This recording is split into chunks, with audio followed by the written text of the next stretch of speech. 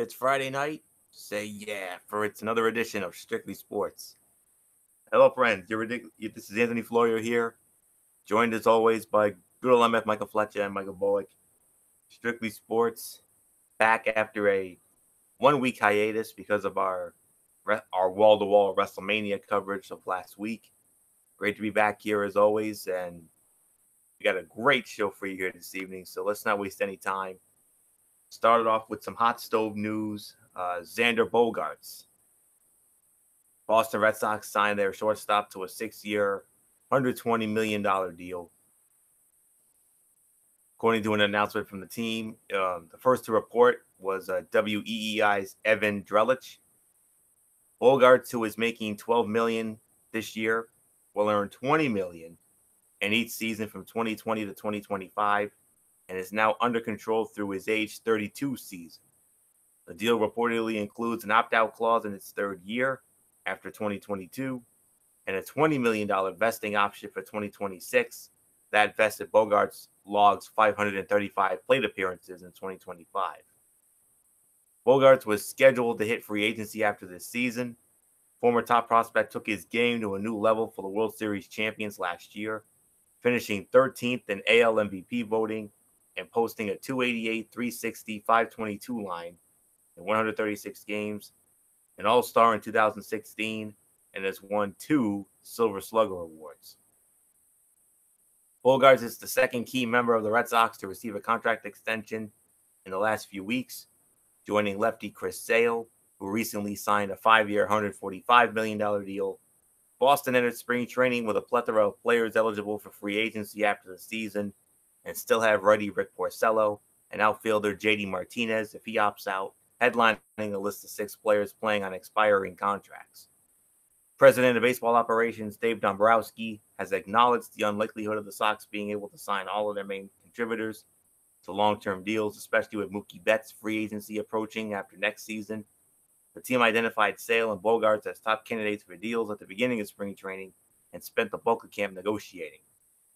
Bogaerts joined Sale, David Price, Nathan Eovaldi, Rafael Devers, Andrew Benintendi, and Eduardo Rodriguez as members of the Red Sox who are under control through at least 2022.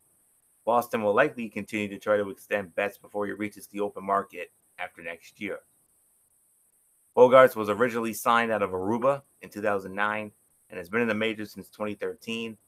In 763 games over parts of 7 years, he has hit 283, 342, 429, with 75 homers and 387 RBI. He expressed interest in a long-term arrangement with the Sox last month, telling reporters it would be weird to envision himself in another uniform next season. He said, "The Red Sox have obviously treated me well throughout my career. Me and my family, I see how they treat other guys who come in. Me being here for a while, it's a place any and everyone would want to play and stay." So, definitely. I mean, personally, I like this move. It's not because of any specific facts and figures about his skill. I mean, well, one of the reasons is because of I like watching him play. He's a fun player to watch. He's one of their better players. It's an indication they saw the flaw in Mookie Betts' swing. He may never get rid of the yips. Maybe they could let him go down the road, but I don't see them letting him go. I don't see them letting Mookie Betts go because of his swing. But they'll let him go because of his desire for Mike Trout kind of money. But I can honestly say it's the best money the Red Sox have spent since Curt Schilling, to be quite honest with you. So that's all I'm going to say about that, because there's other great material I want to get into this evening. So I'm just going to park it here. So I like the move. Definitely a good move, even though the Sox are struggling right now. So there's really nothing more to say on this. So little MF Michael Fletcher, come on in. Xander Bogaerts. He just got himself a new fat contract, lots of years, lots of zero. And you know what? He well deserves it. I mean, he's been a great player for the Boston Red Sox, one of the vocal points and one of the vocal leaders for the reason why that the Red Sox are the reigning and defending World Series champions. And as a matter of fact, if you guys know, this past week, I believe it was on Monday, they got their World Series championship rings. They got to hoist the banner that's proudly now hanging at Fenway Park. Their 9th one in franchise history. So, I mean, it's really nothing bad to say when you got that kind of success, when you got that kind of thing, and when you're one of the good players, one of the reasons why that you are a world champion, then you definitely deserve the right to be in where they're at right now. So no, without a doubt, a great decision, a great move. Really nothing more to say there. At the end of the day, I think it was the right decision. It was the right thing. And, Xander Bogaerts has done a great job. So, no, I'm not going to disagree with that at all. And I know somebody here right now is probably very thrilled to hear that Xander Bogaerts is going to be there. As far as Mookie Betts goes, obviously, with a lot of other guys, JD Martinez, Mookie Betts, everything else, obviously you want to see them land, you want them to be in the Red Sox uniform, but, at least Dave Dombrowski has made it very clear. I don't think it's going to happen. There's going to be some tough situations. There's even been some talk, and I can't believe I'm going to drop some news right now for you guys. I actually know on very good authority that as it relates to Mookie Betts, because of the fact that he is a former Atlanta native, I would not be surprised if you hear the Atlanta Braves name get thrown around this time next year as it relates to possibly Mookie Betts landing with the Atlanta Bravos. I'm just going to say, because of the fact of some recent moves that we've made that hasn't really broke the bank on us, that we do have enough money that we could make a possible move at Mookie Betts. So we'll wait and see what happens there. But as far as Xander Bogaerts goes, this was the right move, a necessary move.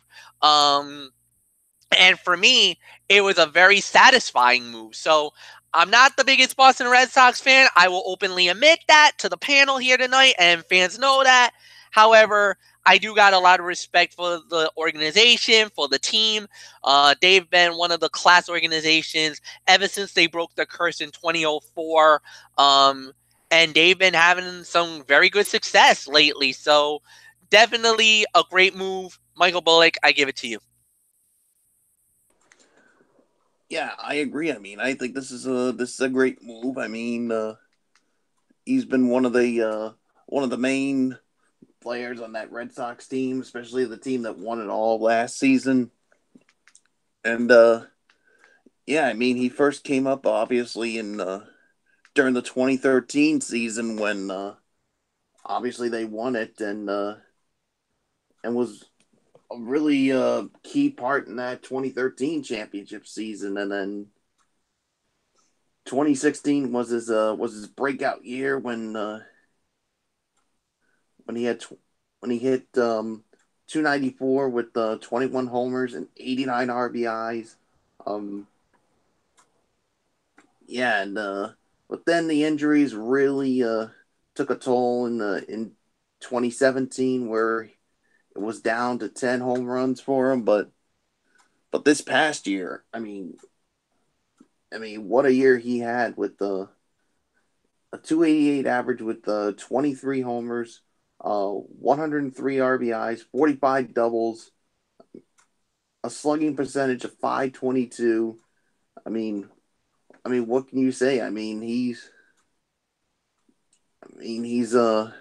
definitely really continued to play well. I mean, yeah, I mean, there's really nothing more that needs to be said. So, yeah, I mean, Red Sox are definitely struggled, but they have won 2 in a row after tonight's victory over the Baltimore Orioles. So who knows? Maybe this could be the start of a trend in the right direction for the defending champs. So we'll just have to wait and see. So Florio, let's just move on to our next topic. Well, another year of March Madness has sadly come to a conclusion on both the men's and women's side. it's not often we do this, but I think we should go for a 2-for-1 deal right here. I mean, usually we get this on Ridiculously Raw, on occasion, Cerebral Smack Talk on the wrestling shows, but not often on Strictly Sports. But I feel we should address it in both ways. Starting it off with the 2019 women's tournament. You would think, when I ask you who do you think won it, people would say, oh, probably UConn. Oh, no, it wasn't them. Yes, they made it to the Final Four, but they lost to Notre Dame. But Notre Dame did not win the championship. Your 2019 NCAA women's basketball champions, the Baylor Lady Bears. Yes, Baylor. They finished with they had a record of 31-1 going into the tournament, which I believe was the best. Maybe they were the overall number one. I don't know. But, yes, Baylor was the number one.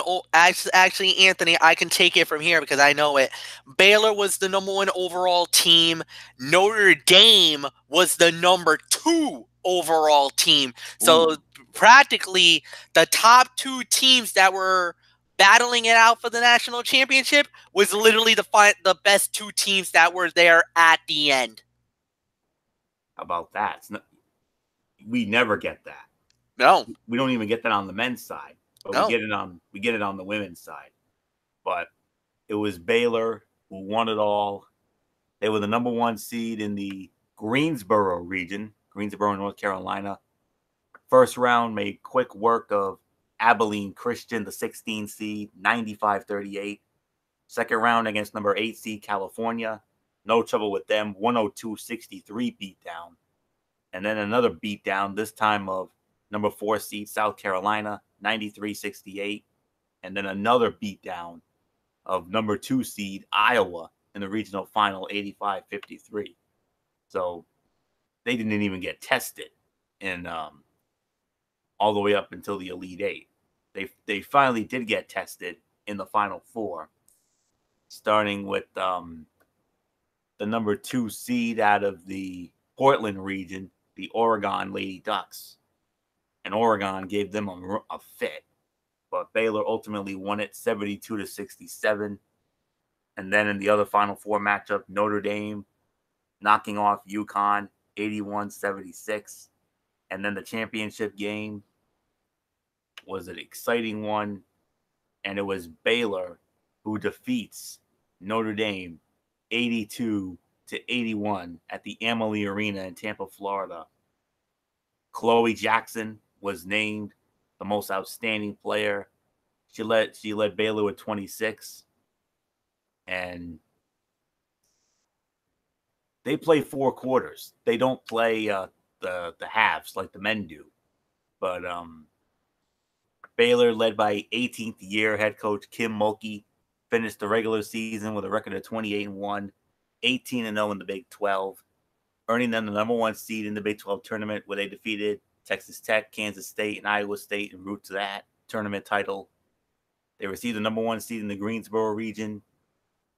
We already addressed who they defeated, and 4 players were selected to the Greensboro Regional All-Tournament team. Of course, the aforementioned Chloe Jackson, along with Lauren Cox, Dee Richards, and Kaylani Brown. And they got it done. Jackson led the way with 26 points. Kaylani Brown had 13 rebounds. Juicy Landrum and Dee Richards, 6 assists. And Richards and Jackson had 2 steals, overcoming a 31-point effort from Agabawale from Notre Dame, the hero of last year.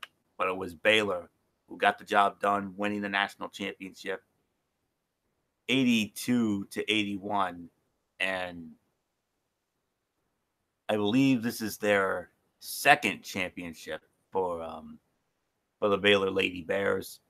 And the other one was when Brittany Griner was with the Baylor Lady Bears, and that was their first national championship. So yes, this is their second title.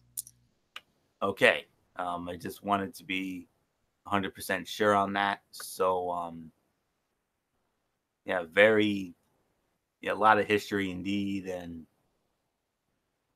yep. Yep, I have the list right here. That was back in. Actually, no, MF. I got to correct you here. This is their third national championship. They won it back in 2005 and 2012. I believe that was the Brittany Griner team, and Yes. this is now number 3 for the Baylor Lady Bears. Congratulations to them, well deserved, and you know they were clearly the best team all year long, and an overall season 37-1, 18-0 in Big 12. Their only loss was on December the 15th of 2018, losing at Stanford 68-63. But since then, all they did was win. Very impressive. Kim Mulkey, great job as always. Third title, well deserved. That's all we can say there. And as for the men's side, we have a new national champion, obviously, because Villanova was the champion going in. They were one and done.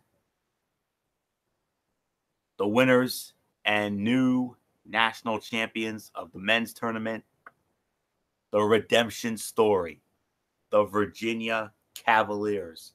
1 year after suffering the most embarrassing and demoralizing loss any team could ever suffer in the history of the tournament, becoming the first number 1 seed to lose to a 16 seed in men's history. Number 1 overall seed, oh, by the way. And the team that we all picked to win it all. But they got humiliated by UMBC. But Virginia, they get it done. They were the number 2 overall seed behind Duke. They finished with an overall record of 35-3. Tony Bennett, not to be confused with the great singer, but this Tony Bennett got the job done. They got tested early by number 16 seed Gardner Webb. We're thinking, oh my God, is this going to happen again? Are they going to be the laughingstock again? Nope. They rallied and they defeated Gardner Webb 71-56 in round 1. Second round against number 9 seed Oklahoma, 63-51 winners. And then in the Sweet 16, they barely survived number 12 seed Oregon, 53-49. Regional final, 5-star classic, Shakespearean drama. We talked about it on one of our recent shows where they knocked off number 3 seed Purdue 80-75 in overtime. And then from there in the Final Four, their first game was against the Cinderella Auburn Tigers, the number 5 seed out of the Midwest. Virginia pulls it out again, 63-62. And then this past Monday night, the national championship game, US Bank Stadium, Minneapolis. It went to sudden death overtime against another very game team, the Texas Tech Red Raiders. But it was Virginia who got it done, 85-77 in sudden death overtime. Kyle Guy was named the most outstanding player. The Final Four All-Tournament team, DeAndre Hunter and Ty Jerome, were also on that team, along with Jarrett Culver and Matt Mooney from Texas Tech. And give it up for Texas Tech, though. We'll get into Virginia in a minute, but Texas Tech, a team that Michael Fletcher, MF, I remember some time ago on our program.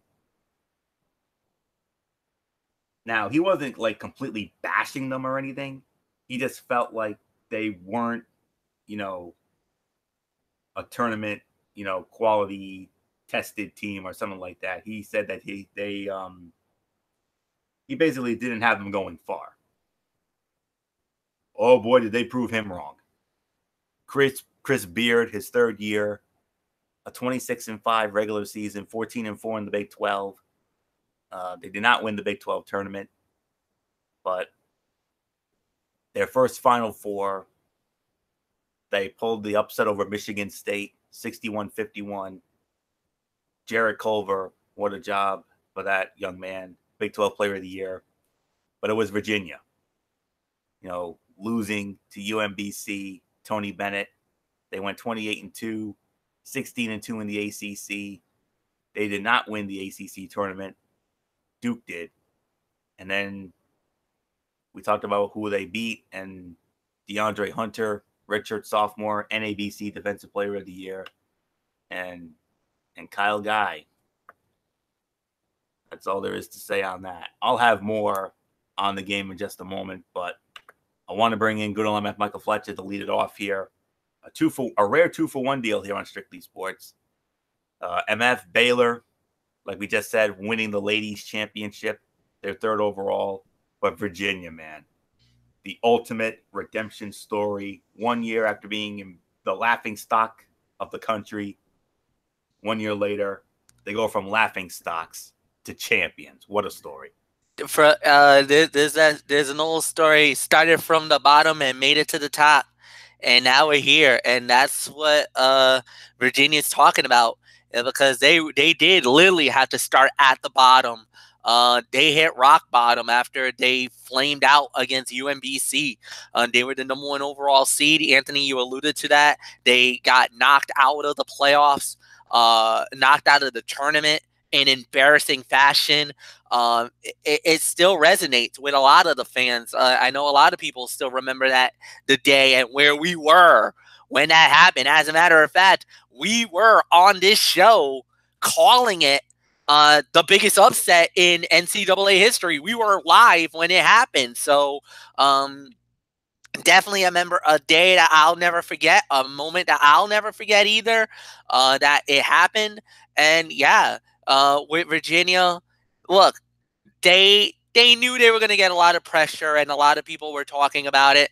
And like we said, first round, they got down about 14, 16 points, and you're thinking, oh no, is this going to happen again?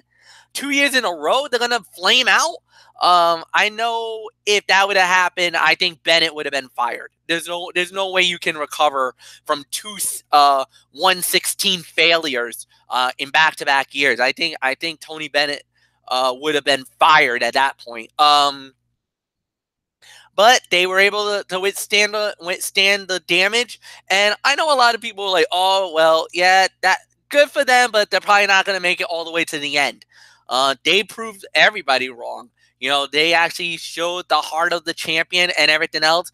After Michigan State knocked off Duke to get to the Final Four, they took them out. And then, yeah, I'll give credit where credit's due. Texas Tech surprised me. I didn't think they were going to go very far. I thought that they were probably going to make it to at least maybe second, third round. I just didn't. I wasn't believing the hype on them. Obviously, I was wrong, but if you notice throughout the national championship game, if you really think about it, Virginia dominated the game. They got them down to double digits. They had them up by double digits on a couple of occasions, but, Texas Tech just had that never say die attitude. They weren't going to go down without a fight, and they came right back, and they almost won the national championship. So there's really nothing more to say about that. It was a great final, no doubt about it. Virginia won it. Congratulations. Their first ever national championship. And I know a lot of people were like, wait a minute, they never won the title? Actually not. Even during when they made it to the Final Four in 1984, when they had Ralph Sampson, who was at the time one of the best players in college basketball, a National Player of the Year. A lot of people thought that they should be able to get to turn it back, win, and whatever. And at the end of the day, no, it never happened. So this Virginia Cavalier team was a very special team. They had a once-in-a-lifetime opportunity, and they took what they got. Number 2 overall seed, not number 1 like they were a year ago. No problems whatsoever. They were able to withstand that early barrage in the first-round matchup, survive that, and they were well on their way to winning the national championship. The ultimate redemption story for them. In the women's game, Baylor earned this national championship. They deserved this national championship. They were the best college basketball team all year long. Better than Notre Dame, better than UConn, better than Tennessee, better than any women's team out there. Baylor was the true number one. Dominated all year long, 31-1. They were a surefire national championship contender. A lot of people knew that, and the way that they played, they, like Anthony said, going into the tournament, the only games that really gave them the biggest problems was the national semifinal game, and especially the national championship game, where Awane Abunliai, oh boy, I just messed that name up so freaking bad. Awane Akumliane.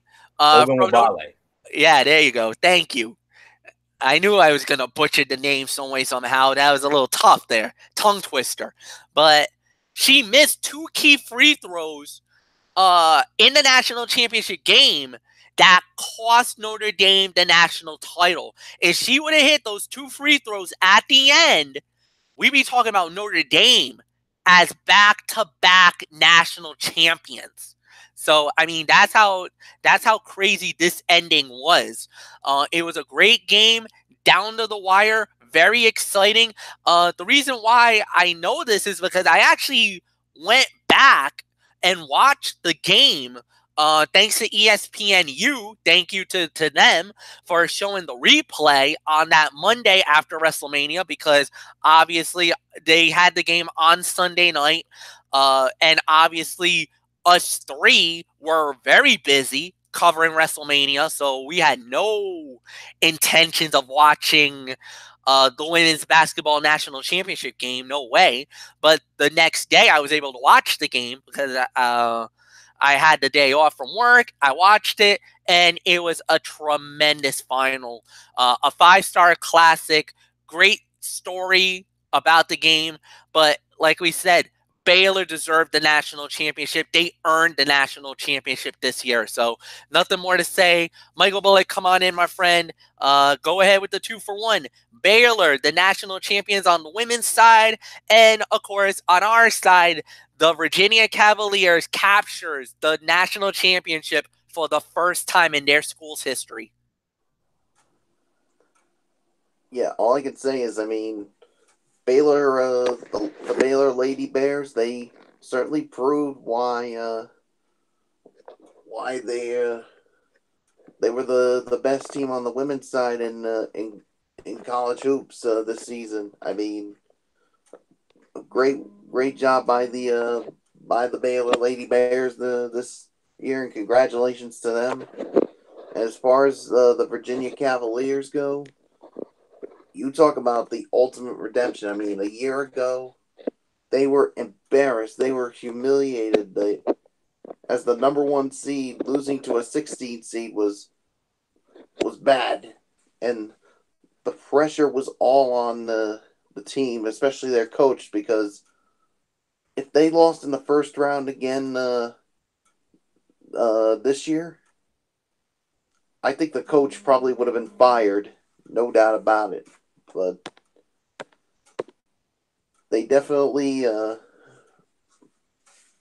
proved why they were a number 1 seed. But yeah, we got to give credit to Texas Tech. I mean, a team that many people thought did not deserve to be in the NCAA tournament, but boy howdy, they proved everybody wrong here. So they certainly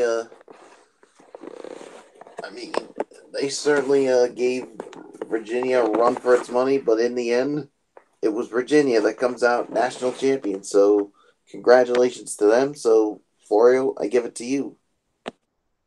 Yeah, without a doubt, Baylor was the best team in the women's game all year long, and they deserve to be where they're at. Chloe Jackson, great job. Without a doubt. I mean, what a championship game against Notre Dame. MF said it best, 5-star classic, and that's all there is to say on that. For the men's game, Texas Tech did not score its first field goal until 7:22 into the game. Red Raiders took the lead 25-24 with 3:57 to go in the half. And then Virginia's Ty Jerome hit a three-pointer with less than 2 seconds left in the half to give Virginia a 32-29 lead at halftime. Virginia kept the lead for much of the second half, but Texas Tech stayed in the game and took the lead until DeAndre Hunter of Virginia hit a game-tying three with 12 seconds to go. And then Jarrett Culver of Texas Tech attempted a three to win it, but the shot was blocked by Braxton Key. Time expired. Texas Tech outscored Virginia 39-36 in the second half, resulting in the overtime. And then in overtime, Matt Mooney opened overtime with 2 baskets, including a three, but Virginia then went on an 11-0 run and then ran out the clock to secure the win, 85-77. After the game, Kyle Guy of Virginia was chosen as the most outstanding player. He finished the game with a career Hunter finished the game with a career high 27. Culver, meanwhile, struggled during the game while primarily defended by Hunter, the NABC Defensive Player of the Year, and scored 15 points while shooting 5 for 22, including 0 for 6 from 3. So that's the story there. And Virginia, what can you say? Or the redemption story of redemption stories. I mean, I was going to win either way when it came to this championship game because, I mean, obviously I wanted to see Virginia get the redemption. At the same time, there was another part of me that kind of wanted to see Texas Tech win to stick it to MF because MF, you know what MF said. He said that they were not, and he was like, yeah, they're not that good of a team. I don't see them going really far. But MF, I mean, credit to Texas Tech, man. I mean, they nearly went all the way and nearly proved you wrong. No, they did. They did. I'll admit they did. But the end of the day is that, as good as they were and they did, look, you can say whatever you want to say, and everybody can pinpoint about what I said and my comments about Texas Tech. But the thing is that, look, making it to the national championship game, that's a very impressive feat. I didn't even have them going that far to the end. Obviously, they did. Congratulations to them for making it to the national championship game. And if they keep their players all to there, or if they keep their core together, they're going to be a dangerous team next year. They could easily make it back to the Final Four. I think right now, if you really think about it, going into this, the top team right now, and I know this is very early, but a lot of people are talking about Michigan State being probably the early favorite to be in the Final Four next year. So we'll have to wait and see. Obviously, we got a lot of time to go at that point, but the honest truth is, yeah, Texas Tech was amazing. Congratulations for all the success, but here's the thing. When it got down to it, to the clutch moments, Virginia was better. They dominated the whole game. They dominated early on. They had 2 10-plus point leads at a certain point in the second half. And they could have easily kicked the door down and really made themselves at home. But, credit to Texas Tech for not giving up, not letting this go, and basically taking the fight to Virginia. So no, you're absolutely right, Anthony. They almost made me eat my words. But they did in a way.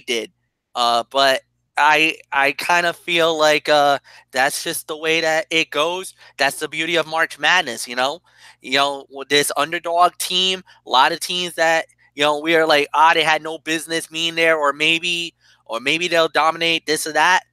And they made a huge run, there's really nothing more to say. It's just, that's how good it was. So nothing more to say. Anthony, you're absolutely right. This was incredible. But I got to say it, I'm very proud for Virginia on 2 fronts. One, yes, it's the redemption story. They deserve the national championship. This was long overdue for Virginia. A lot of people thought 84 should have been their year. They had the team, like I said, with Ralph Sampson, never panned out. And this was the first legitimate major threat that they ever had at the national title. A year ago, everybody thought, oh, they got it. They got the team. They'll make it all the way to the end. They did it. They 1 year later, they get the ultimate redemption story and bring yet another national championship to the greatest conference in all of college basketball, my home of the Atlantic Coast Conference, better known as the ACC. There you go, Florio. You knew it was coming. Yes, and it is well deserved. I mean, it was a very down year for the Big East, a very disappointing year, but hopefully the Big East will bounce back next year. And, you know, it was great to have it for the last year, but if it wasn't going to be the Big East, I'm glad it could be the ACC for UMF. And a quick note about next year's tournament. I do have a couple of notes from for next year's tournament. It's going to begin right around the same time, St. Patrick's Day 2020. And it'll be the night after WrestleMania 36 next year. And that Final Four will be at Mercedes-Benz Stadium in Atlanta. That's where it will be. Of course, the first four will be in Dayton. And I want to make a quick note about the regional finals.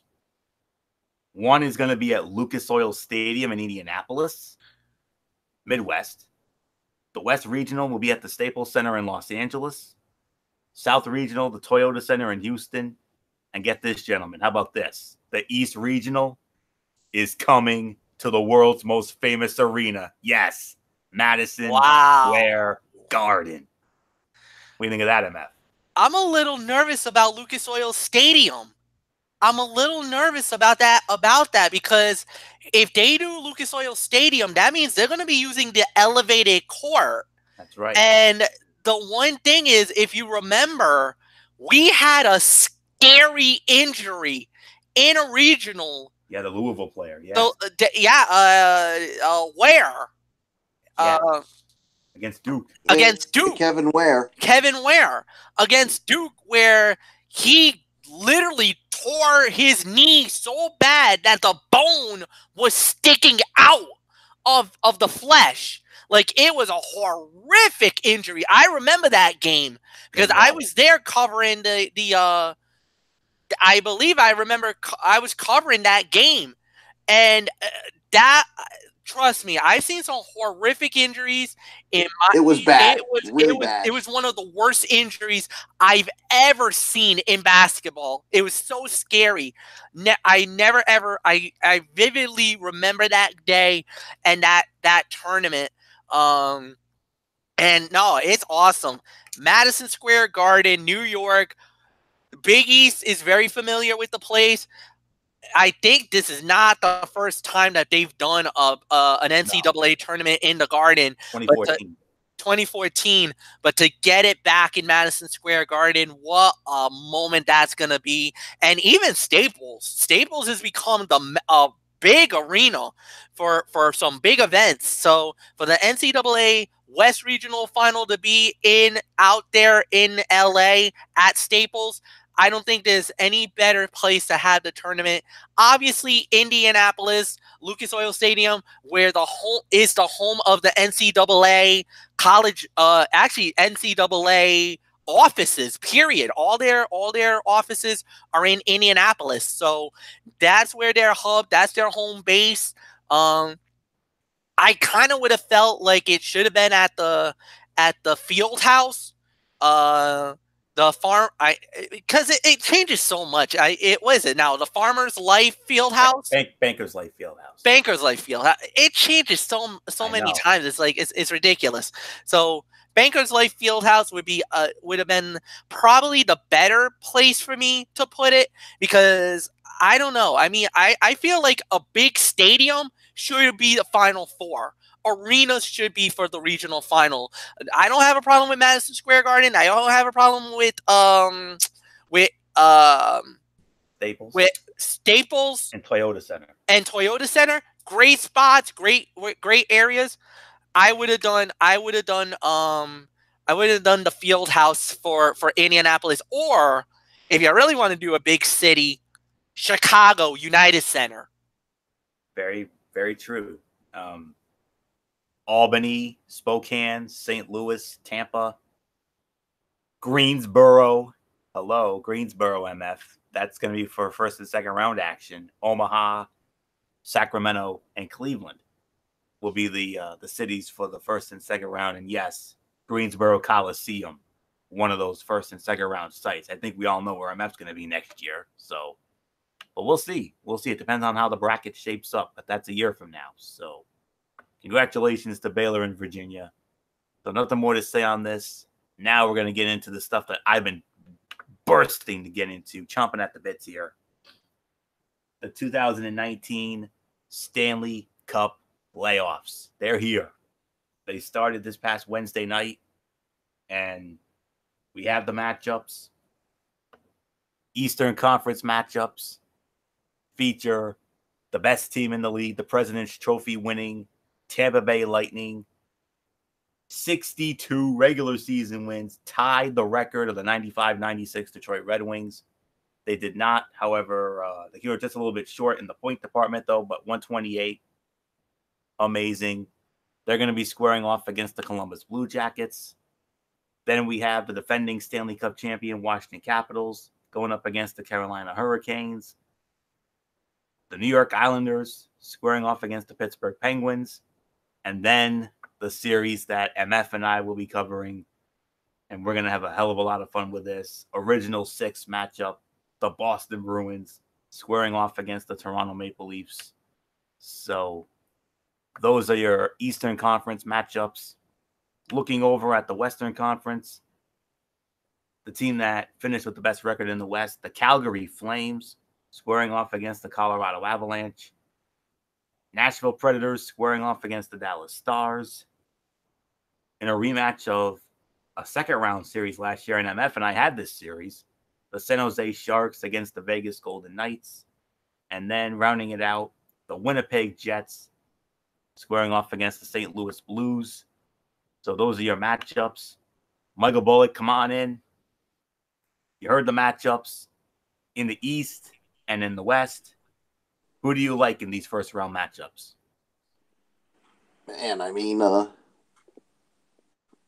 Man, well, I'm going to start off when it comes to the Bruins and Maple Leafs. Obviously, well, last night, it was a tough go for the Bruins. They had the first goal of the game, and then Toronto got 4 goals in a row to take game one. But to me, I still like the Boston Bruins in this series. They do have the home ice advantage here, but I think Toronto's definitely going to give them some fits here. So, yeah, so for that one, I'm going to go... I'm going to say Bruins win it in... I'm going to say 7 games. Yeah, and then as far as the Capitals and the Hurricanes, I got the Capitals winning that series. I think it could end in the sweep. It could end up going 5 games. As far as the Calgary Flames and the Colorado Avalanche, yeah, I got the yeah, I basically got the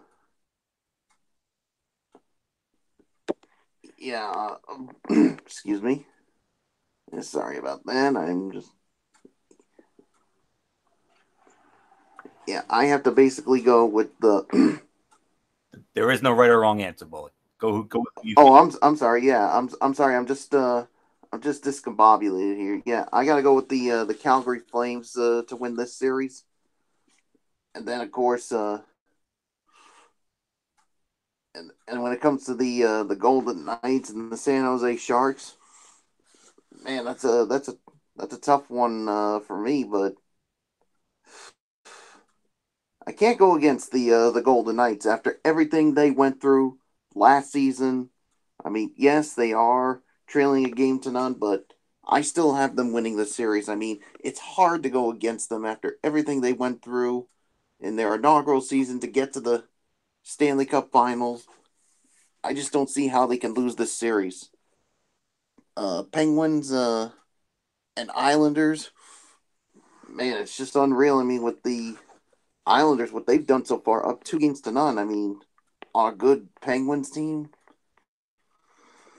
But I'll tell you what, Pittsburgh definitely needs to win. If not, I think the Islanders do win the series, and I think they can do it. I got the Islanders winning it, but I would not be surprised if the Penguins can somehow pull it out.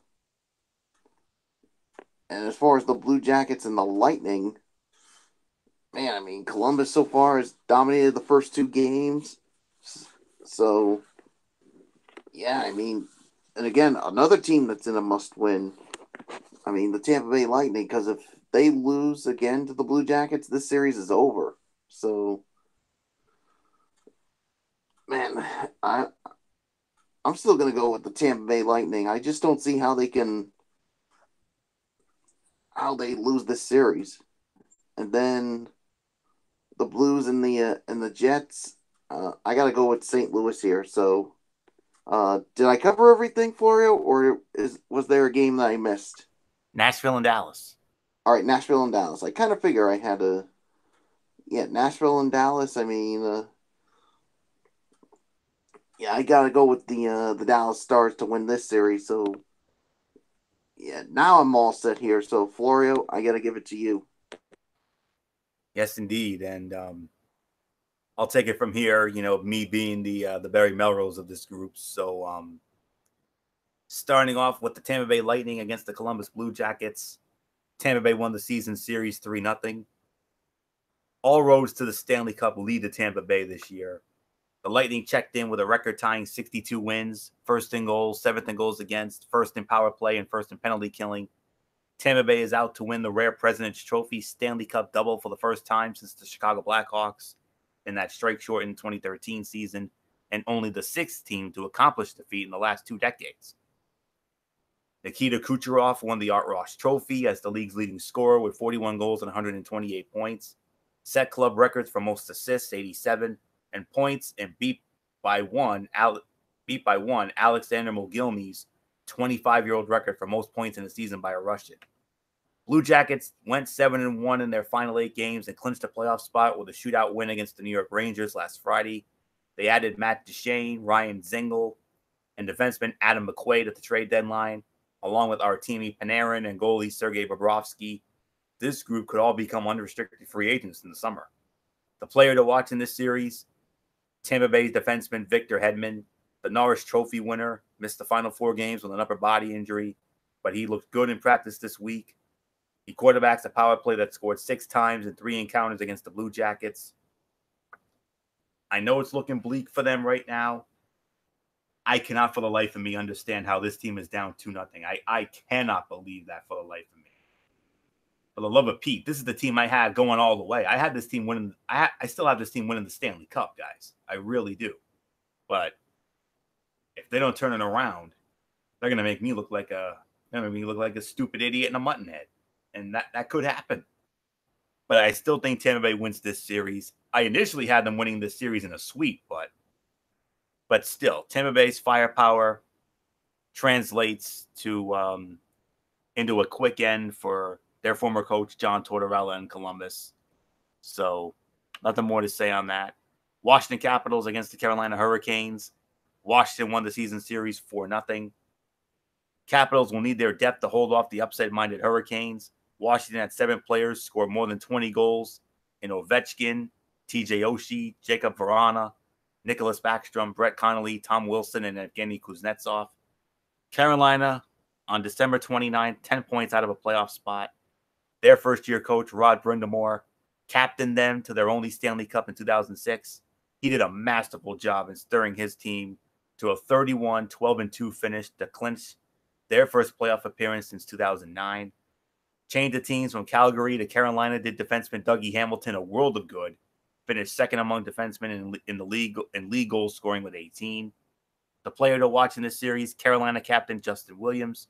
The 37-year-old forward is a 3-time Cup champion, played for the Capitals in 2015-16 and 16-17, before going back to Carolina last year. I got Washington in 7. Carolina will be a handful for the defending champs, but last season's experience will help pull out a close series. Islanders and Penguins, the series was tied. Each team won 2 games. It was a 2-2 series. The Islanders, a wonderful story under new head coach Barry Trotz. They went from the worst goals against average a year ago to first this year.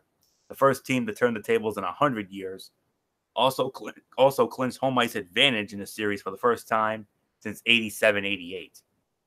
With veteran forward Andrew Ladd out for the season with a knee injury, the Islanders will need a massive series from second-year center Matthew Barzal in his first foray into the Stanley Cup playoffs. Trotz transformed Barzal to a two-way player, and his production decreased this season as a result, but he only scored 1 goal in his final 24 games.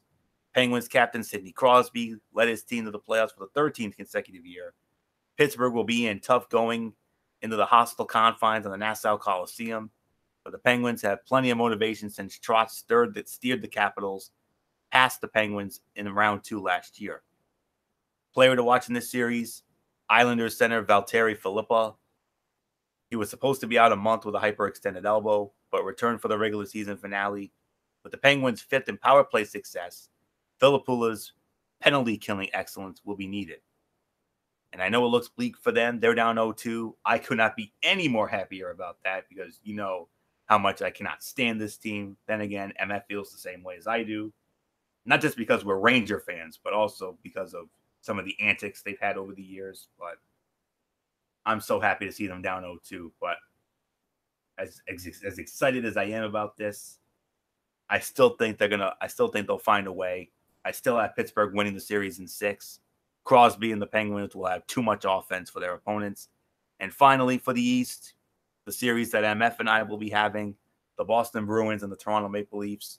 Boston won the regular season series 3-1. The only 2 original 6 teams to make the playoffs, meeting for the 3rd time in 6 years. They concluded the regular season in opposite directions. The Bruins finished strong with a 22-7-4 run, while Toronto stumbled home with a 4-7-3 slump in its last 14 games. The Maple Leafs have not won a playoff series since 2004 when they defeated the Ottawa Senators in 7 games in the first round. Toronto goalie Frederik Andersen has to be on his game, play more as he did earlier in the year, and overcome his late season swoon. A key in how the series evolves will be the effectiveness of the Bruins' top line of Patrice Bergeron, Brad Marchand, and David Pastrnak. This trio combined for 9 goals and 30 points in last year's 7-game series. Do the Maple Leafs have an answer for this threesome? And the player to watch in this series, of course, Auston Matthews of the Maple Leafs. He was a non-factor in last year's series, scoring 1 goal in 7 games. He needs to play more like the Matthews in his rookie season when the Star Senators scored 4 goals in the Maple Leafs' 6-game loss to the Washington Capitals. Yes, the Maple Leafs won last night, but I still have Boston winning the series in 6. Boston will continue to be too physical, too intense, and score too many timely goals against its division rivals. So I still have the Bruins winning this series in 6. As for the West, going into the Western Series, Calgary Flames, Colorado Avalanche. Calgary won the regular season series 3-0. This series pits the 2 most productive lines against each other. The Nathan MacKinnon, Gabriel Landeskog, and Mikko Rantanen threesome scored 106 goals and 261 points for the Avs, compared to Calgary's top line of Sean Monahan, Johnny Gaudreau, and Elias Lindholm, who combined for 97 goals and 259 points. It appears the Flames' 3M line of Matthew Tkachuk, Michael Backlund, and Michael Frolik will get the checking assignment against the McKinnon line, which accounted for 41.4% of the Avalanche's 258 goals. Flames led all clubs with 5 players who cracked the 70-point barrier in Gaudreau, Monahan, Lindholm, Tkachuk, and Norris Trophy candidate Mark Giordano. The player to watch, Calgary goalie Mike Smith. He shared the crease in the regular season with David Rittich, but Smith gets the nod because he is the more experienced playoff netminder. Rittich has yet to play in a postseason game, although Smith has not played in the playoff outing since 2012. Calgary wins the series in 7. It'll be a close series, but Calgary's depth gives the Western Conference regular season winners the edge. Nashville and Dallas. Nashville won the season series 3-2. Both teams had strong finishes. The Preds went 8-2-1 to conclude the regular season and lock down the Central Division. Stars were 5-1-1 in their final 7. Nashville counts on its blue line for offense. The Preds defense scored 43 goals and 197 points, led by Roman Jossi's 56 points. The Preds are finally healthy. PK Subban, Victor Arvidsson, and Philip Forsberg each had extended stays in the team's infirmary in this campaign. Dallas forward Matt Zuccarello was acquired a few days before the trade deadline, but he suffered a broken right arm in his second game, missed the final 17 games, but the former New York Ranger expected to play in the series opener. The player to watch, Philip Forsberg for Nashville, a clutch playoff performer with 22 goals and 42 points in 55 career playoff games. Yes, they lost last night, but I still have Nashville winning. I got Nashville in 5. They have plenty of playoff experience in a defensive corps that will be too much for Dallas, so I disagree with you there, Bullock. San Jose and Vegas, to me, the most compelling of the first round in the West. Vegas won the regular season series 2-1-1. Sharks and Golden Knights for the second year in a row meeting. Vegas upended San Jose in the second round last year, but this time there's a new wrinkle, pitting former Ottawa Senators teammates Mark Stone and Erik Karlsson against each other. Karlsson, who missed 27 of the Sharks' final 33 games with groin problems, was acquired last summer. He returned to play in San Jose's finale. Stone helped increase the Golden Knights' offensive production since he landed in Vegas at the trade deadline. Stone plays on a line with Paul Stastny and Max Pacioretty, all new additions to a Vegas lineup that went to the finals last year. The player to watch for me is Sharks goalie Martin Jones. He struggled this season, as evident by his .896 save percentage. Only the LA Kings netminder Jonathan Quick was worse at .888 among goalies who made at least 46 appearances. Tough series to call, but I got Vegas in 6. Vegas has a massive advantage in goal with Marc-Andre Fleury and the experience of their surprise run last year.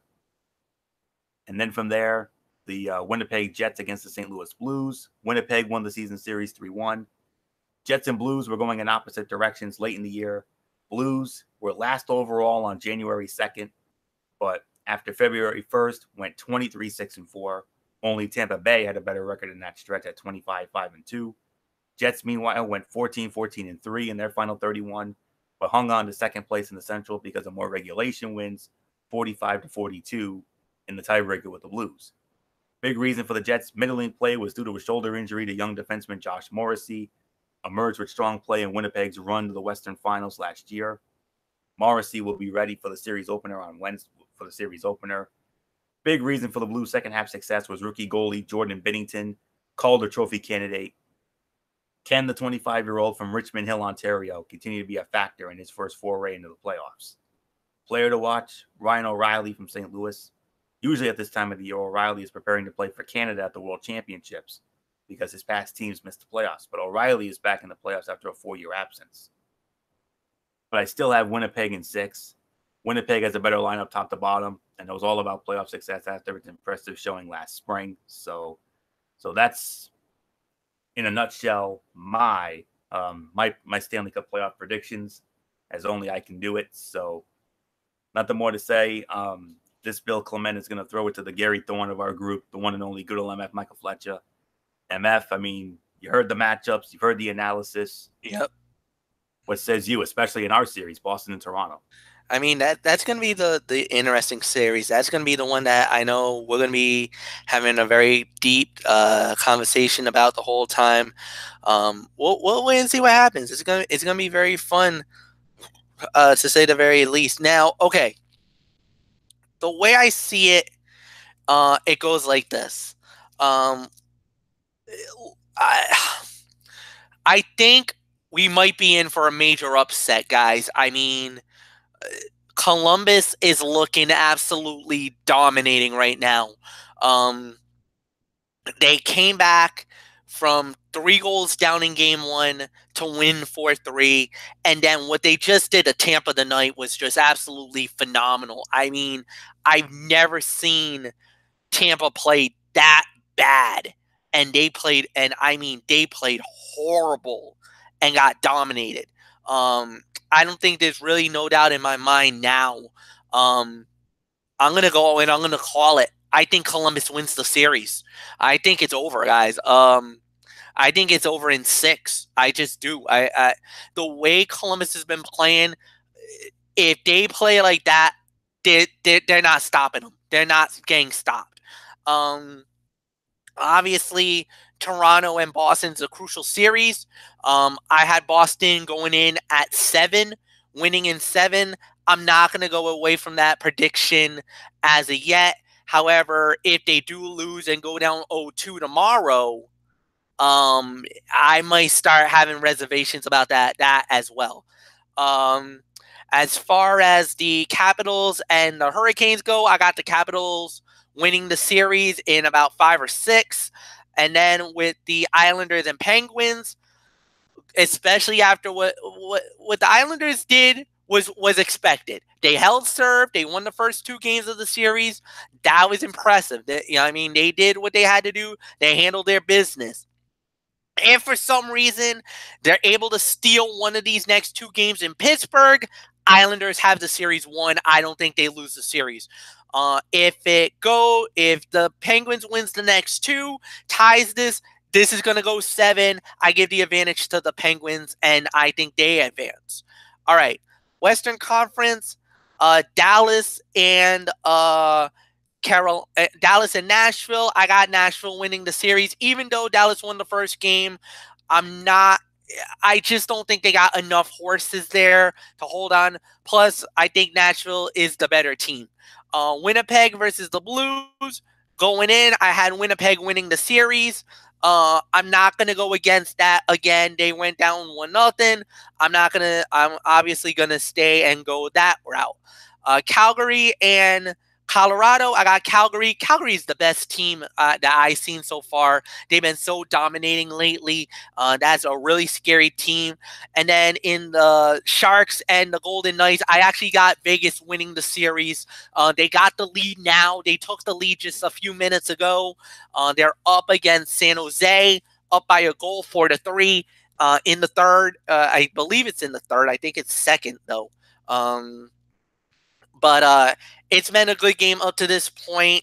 And actually, okay, it's 4-3. Yeah, it's in the second period. They're not even 5 minutes into the second period. So I got the Vegas Golden Knights winning the series in 7 games as well. So Anthony, nothing more to say. Let's get on to the NBA playoffs.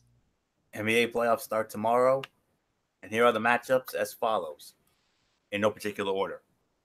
In the Western Conference, number 1 seed, your reigning and defending back-to-back NBA champion Golden State Warriors. They're going to be squaring off against the number 8 seed LA Clippers. Surprising number 2 seed, the Denver Nuggets, if you can believe that. They're going to go up against the number 7 seed San Antonio Spurs. In the 3-6 matchup, the Portland Trail Blazers against the Oklahoma City Thunder. And in the 4-5 matchup, the Houston Rockets will meet the Utah Jazz. In the Eastern Conference, very surprising number 1 seed. Not only this, but they finished with the best record in the NBA this year, if you can believe it. The Milwaukee Bucks. And they will go up against the number 8 seed Detroit Pistons.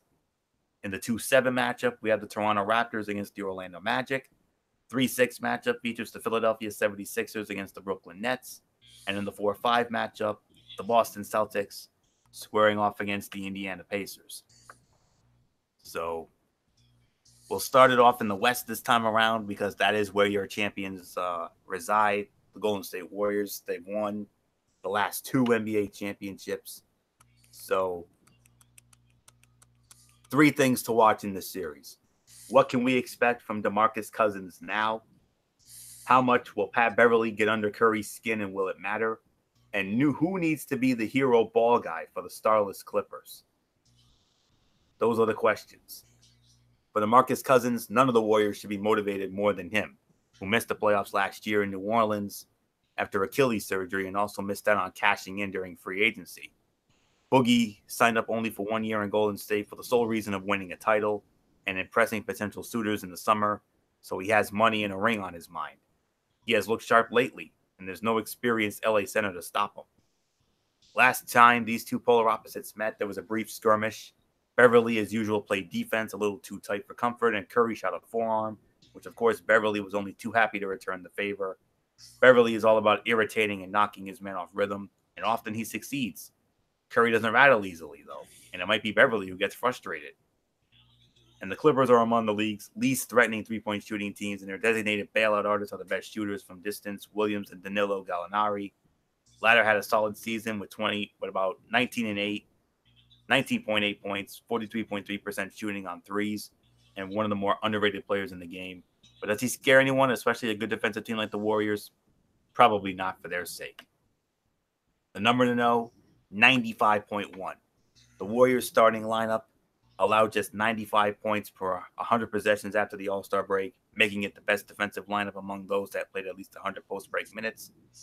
Though the Warriors went 9-0 with their five-star lineup before the break, the lineup allowed 114 points a game per 100 possessions in its 112 pre-break minutes. Things changed after the break, even though it played more post-break minutes against top 10 offenses than it did against bottom 10 offenses. Champs led the league in offensive efficiency and ranked in the top 3 for the 5th straight year. Defense has been an issue in the last 2 regular seasons, and Cousins' ability to defend in space could be a question mark. But the Warriors' ability to lock down defensively with their 5 most talented players on the floor over the last 7 weeks is not a good sign for those hoping that their title run will come to an end prematurely. Golden State in 4. Clippers will be prepared for this series because that's how Doc Rivers' coach teams roll. He should be a strong favorite for Coach of the Year for the way he steered his club and made the necessary changes after the trade deadline to keep the Clippers moving forward, which means the Clippers should make for a few suspenseful finishes, and that's a victory in and of itself. So I got Golden State winning that series in a clean 4-0 sweep. Denver and San Antonio. Man, Denver. I mean, 3 things to watch. Can Gary Harris flip the switch and become a factor for Denver? How can the Spurs counter the size advantage by the Nuggets? And will the Nuggets sweat much if Jamal Murray isn't clicking? For Harris, it's been a perplexing and disappointing season for the Nuggets guard, who has taken a step back in development. Harris was groomed for a star role, yet injuries and mediocre play have intervened. His scoring average is down nearly 5 points, and he seems trapped in a fog at times. For the Spurs to counter the size advantage by the Nuggets, how can they do that? The only functional big man the Spurs can throw at Jokic, Millsap, and Mason Plumlee is All-Star LaMarcus Aldridge. It'll be up to Jakob Poeltl to chip in whenever possible. Best tactic for the Spurs may be to create offensive mismatches and force the Nuggets to play small ball. And will the Nuggets sweat much if Jamal Murray isn't clicking? No, because of Malik Beasley and Monty Morris. These unsung guards have impressed all year, and at times were Denver's best backcourt. Beasley and Morris give Denver a depth advantage against a team that traditionally brings a deep rotation. The number is 13.1. Nuggets were 13.1 points per 100 possessions better at home than on the road. Biggest home road differential. Second biggest, 10.5 per 100 possessions belonged to San Antonio, who were 1-11 on the road against the other 7 Western Conference playoff teams, allowing almost 120 points per 100 possessions over those 12 games. For Denver, bigger difference in his performance was on offense, scoring 7.9 more points per 100 possessions at home than they did on the road. For San Antonio, the difference was more about its defense, allowing 7.6 fewer points at home than it did on the road. Home team won all 4 games in the season series, though only one of the 4 games, the Nuggets' 28-point win on April 3rd, wasn't close. Denver in 6. Plenty riding on this series for Denver. They ripped through much of the season, staying either near or at the top in the West. Losing in the first round would be a major letdown. Greg Popovich, he's going to make them sweat it out. There's no doubt about that. So Denver in 6. Portland and Oklahoma City. The 3 questions here. Can Enes Kanter fill the void left by Nurkic against its old team? That's a tall task. How big of a concern is Paul George's sore shoulder? And how much stock should be put into the Thunder's 4-0 regular season sweep of the Blazers? The number to know is 1.08. Damian Lillard scored 1.08 points per possession as a pick-and-roll ball handler, best among 43 players that average at least 5 ball handler possessions a game. Blazers in 7. Redemption is the name of the game for both teams in this series. The Blazers are dealing with an injury absence in Nurkic that they simply cannot compensate for, given the role he was playing alongside Lillard and McCollum this season. The motivation to put to rest the memory of that sweep to the Pelicans should fuel the Blazers this time around. He'd never admit it, but Russell Westbrook's determination to show that he and Paul George are every bit the 1-2 punch he and Durant once were is real. This is his chance to deliver against an opponent he considers worthy. Both sides dig in for the distance. Blazers in 7. Houston and Utah. The 3 questions, obviously. Better offense or better defense? Is Derek Favors healthy enough to be a factor in this series? Are the Rockets playing with fire by putting so much on a potential rematch with the Warriors? Number to know is 99. Rockets scored just 99 points per 100 possessions in the regular season against Utah. Fewest that the league's number 2 offense scored against any Western Conference opponent this season. That's all you need to know there. I got Houston in 6. Harden and the Rockets have authored one of the great in-season revivals we've seen, climbing out of the West basement to challenge for a top seed in the final days. They've shown themselves capable of running anyone off the floor when they are clicking offensively. They're finally healthy. They have the sort of leadership in Chris Paul and James Harden that won't allow for a breakdown now, not even against a Jazz team built to combat what they do best. Won't be easy, and Donovan Mitchell could once again use this as a platform to remind anyone who has forgotten that he's one of the league's most explosive scorers. But the Rockets grind this out with more weapons than the Jazz can match. So Houston goes over in 6. In the East, Milwaukee and Detroit. I'll try to get through this as quickly as we can. The 3 questions in this series: who guards Giannis Antetokounmpo? Where can Detroit give Milwaukee trouble? And which team's injuries will hurt more? Number to know, 29.6. Bucks allowed just 29.6 points a game in the restricted area, fewest in the league. Milwaukee in a sweep. Bucks went to 7 against Boston in the first round last year, but that wouldn't come close to cutting it now. Conference finals are bust feel around this Milwaukee team, which has to prove it is more than a change of pace, regular season challenge for opponents. And Chris Middleton and Eric Bledsoe, the Bucks have secondary players capable of winning a playoff game or 2 to ease Antetokounmpo's burden. The sweep of Detroit in the regular season looks like it might be duplicated. I got Milwaukee in a sweep. Toronto and Orlando. 3 questions to think about here. Is experience really going to matter? A rested Kawhi Leonard is a dangerous Kawhi Leonard, and the season series might have been revealing. Number to know, 65.5%. After adding Gasol, the Raptors recorded assists on 65.5% of their field goals, league's 4th highest rate, and up from 57.8% before Gasol joined the team. Toronto in 5. It's a nod to Orlando's excellent play and conscientious defense over the season's second half that we expect them to win at least once in this showdown. The Magic can play as if they have nothing to lose, but then so can a renewed Toronto team. That massive physical and psychological block between them and postseason advancement, that man LeBron James, nowhere to be found this spring. Mentally, the Raptors should feel free and easy and play that way in this series. I got Toronto in 5. Philadelphia and Brooklyn. The 3 things, it's not 3 questions, it's 3 things to watch. That's what I should have said. How much of an issue is Joel Embiid's knee injury? Assuming Embiid plays, how do the Nets match up with the Sixers starting lineup? And will we see some zone defense? The number to know, 10. The Sixers starting lineup played together in just 10 of the Sixers' 28 games after the team traded for Harris. They last played together on March 28th against Brooklyn. I got Philly in 5. The status of Embiid affects everything. In the regular season series, the Nets outscored the Sixers by 40 in 58 minutes with Embiid off the floor. He's healthy. He's the best player in the series and a matchup nightmare for Brooklyn's front line. Assuming Embiid plays, the Sixers shouldn't have too much trouble getting to the second round. Brooklyn's guards should continue to cause problems for the Philly defense. No team scored more on drives versus the Sixers this season at 37.3. But even beyond Embiid, Philly has some matchup advantages. The Sixers' lack of depth shouldn't be as much of an issue in the postseason. Philly in 5. And then finally, Boston, Indiana. The 3 things to watch for in this series.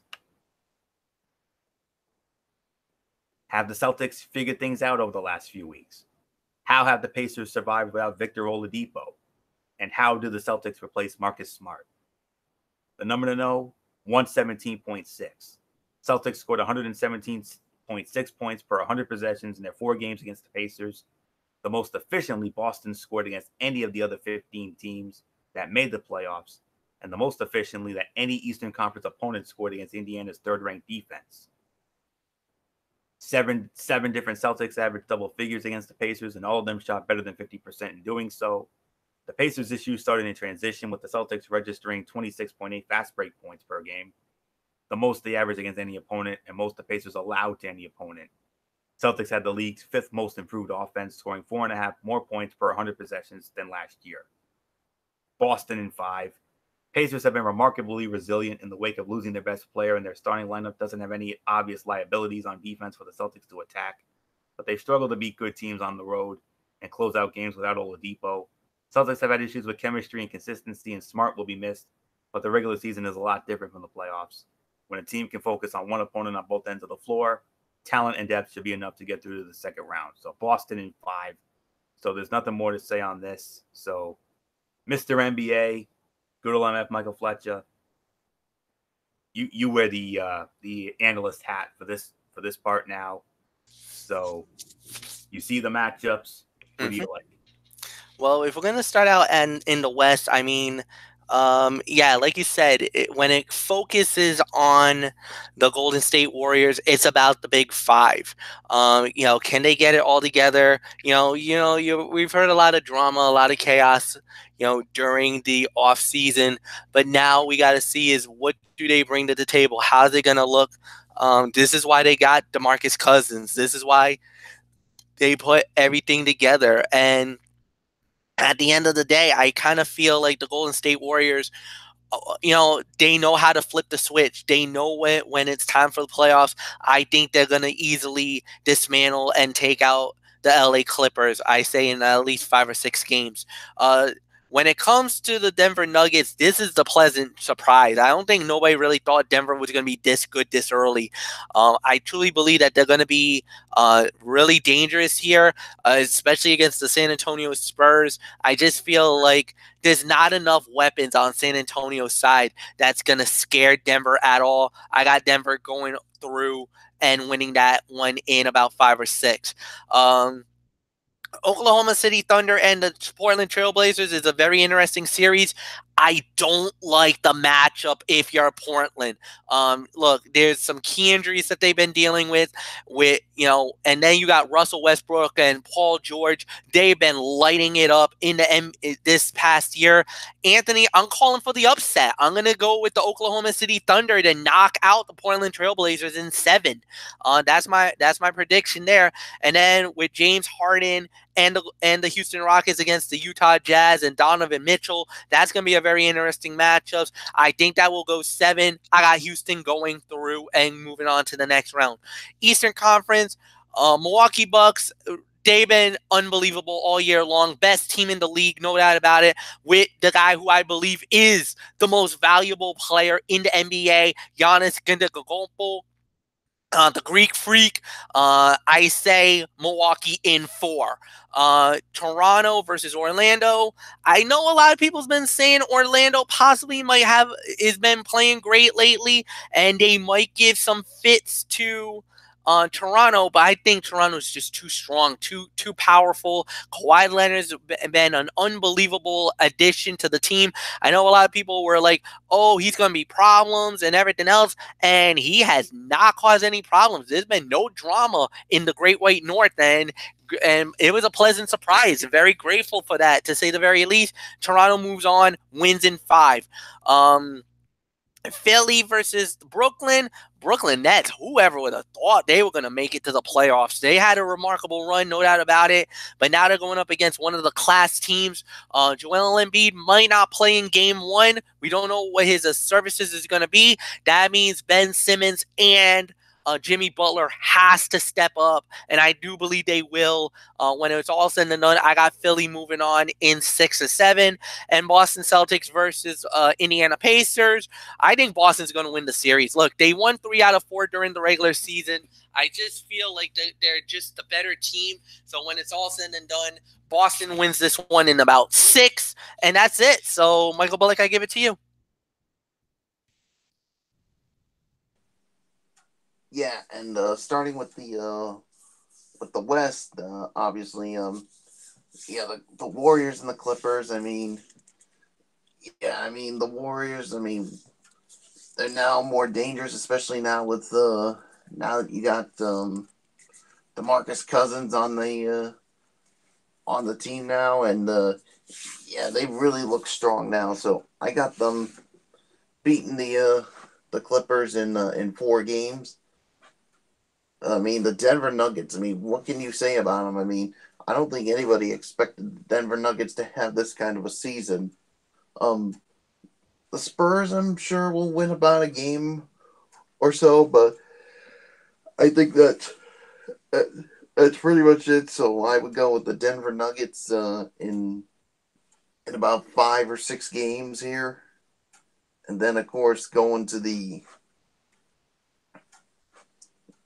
yeah. I mean the Jazz and the Rockets. To me, I got the Rockets winning this series. I mean they're just too good. I got them winning in 5, maybe 6 games. Um, the Thunder and the Trailblazers. I mean, yeah, I got the Trailblazers winning that in about 5 or 6 games too. And then when you go to the Eastern Conference, I got the Bucks winning this series, no doubt. I'm gonna say it's a clean sweep, no doubt. Celtics and Pacers. I got the Celtics winning the series, but I think it's gonna go the distance. I think it's gonna go the full 7 games. I mean, and the thing is, the Marcus Smart injury, I think is gonna hurt them a little bit, but I think they'll somehow get through the series. Uh, Raptors and Magic. I got the Raptors winning this one in a in a sweep. And then as far as the Sixers and the Nets, yeah, I got them winning in 5. So there's really nothing more to say. So let's move on for it. One last order of business: the Major League Baseball Power Rankings, and I know it's supposed to be MF's turn in the rotation, but I got the rankings all set up. I got it all figured out here. So I'm not making any indemnits here. So I'm gonna start it off with all due respect here. Um, I mean, I don't even know if MF's even ready to do it, but I'm gonna start it off anyway. My number 10, and a very interesting number 10 for my Major League Baseball Power Rankings, our first of the year. For many of you who follow MF on Facebook and social media and all that, there's this Walmart Fantasy Baseball Draft League that they do. A group of us, him and his one of his mentors, Kevin LaRoche, they put teams in a hat, I guess, and whoever draws that team, has to root for them. And of course, my allegiance is always with the New York Yankees. That's all there is to say on that. Just as MF is with the Atlanta Braves and Bullock is with the Sox. But the team that I ended up getting, I was like, okay. I don't see them going far. They haven't been relevant in forever and a day. But for right now, at least for this week, that team that I'm rooting for in this fantasy baseball league, they come in at number 10. I never thought I'd be saying this, but number 10, the San Diego Padres. Yes, you heard me right. I drew the San Diego Padres, and I cannot believe for the life of me right now, at this point, I know it's way too early, but they're in first place in the NL West. I'm not even believing this right now. They're 9-5. They've won 2 in a row. They're 6-4 in their last 10. They're a game ahead of the Dodgers, and 8th in WHIP, 9th in ERA, 20th in batting average and runs scored. So they obviously need to work on that. But it got off to a bit of a rough start. Mainly Well, when the regular season started, they opened by winning 3 out of 4 with the San Francisco Giants. I mean, very impressive. But then they lost 2 out of 3 to Arizona, 2 out of 3 at St. Louis. There was supposed to be a fourth, but it got rained out. They then won 2 out of 3 at San Francisco, 1 at Arizona last night, and they're leading Arizona right now. That's going to the bottom of the ninth, 2-1. They lead. Wow. Looks like that Manny Machado trade's been working out. They have 2 more against the D-backs this weekend, and then they got the Colorado Rockies coming in for a 2-game series on Monday. And then next weekend, they'll be going up against the Cincinnati Reds for a 4-game series. Things are actually looking bright for this team. I can't believe I'm saying this. That Manny Machado trade may have ended up being a blessing. So, wow. That's all I can say on that. So, number 10, my Walmart Fantasy Baseball League team, the San Diego Padres. I'm at a loss for words. That's all I can say on that. So, there's nothing more to say. MF, I mean, you guys drew San Diego for me, and I cannot believe this team is actually playing good. Hey, but the thing is that it's a long season, like you said, Anthony. This is the first rankings for us, and yeah, you're gonna see some teams that are gonna be that normally we never call out, and they're gonna be there tonight. And you got the usual suspects. You're gonna see some teams there that are that you're thinking, all right, this is usual. But there's gonna be some teams out there you're gonna be like, huh? How are they in that? Well, that's the beauty of baseball. And up to this point, they've been playing really good. I do have a slight disagreement with you, Anthony. I think you ranked San Diego a little higher. I actually didn't have them as my number 10. My number 10 actually, and I'm going to be real honest with you, and this might be a prisoner of the moment type thing, but I actually had the Philadelphia Phillies at number 10. And it's the same thing, same theory. The 6-10, they were 6-4 in the last 10 games. They just won tonight. They defeated the Washington Nationals off the heels of them absolutely getting throttled the other night. Like, even my buddy Richard Lopes was like, Mike, that was a horrible performance, and I had to punish him for that. So, because if I remembered, I think they got destroyed like 15-0 or 15-1. It was something like that. They got blown to bits. Let's just say that. They got blown to bits. Or to quote Kaiser Butler, they got holiday hammed. Or I'll even use, I've been calling this lately, they got Hulk smashed. Basically it was a disaster of a performance. So obviously, another team who really benefited was Bryce Harper. They did a pretty good job. There's really nothing more to say there. My number 10 is the Philadelphia Phillies. Michael Bullock, I give it to you.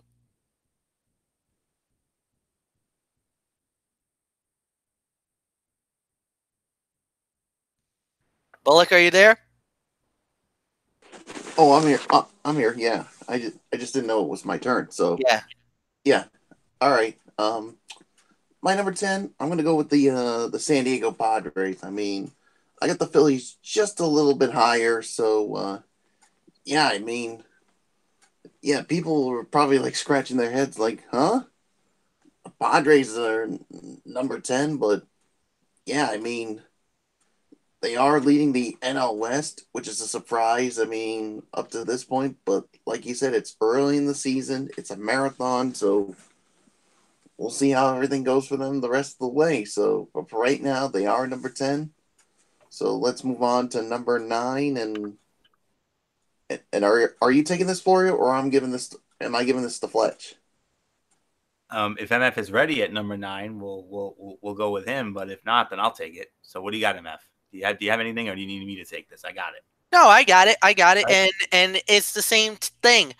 This is where I had the San Diego Padres at number 9. It's basically everything that you had alluded to. Yes, the Manny Machado trade, it looks like has paid some dividends up to this point, just like the Philadelphia Phillies have already benefited from the Bryce Harper deal up to this point. So basically, the two guys who were the two richest guys when it came into the free agency that were looking for big money contracts. They got it, and now they're actually playing up to the big money contracts up to this point.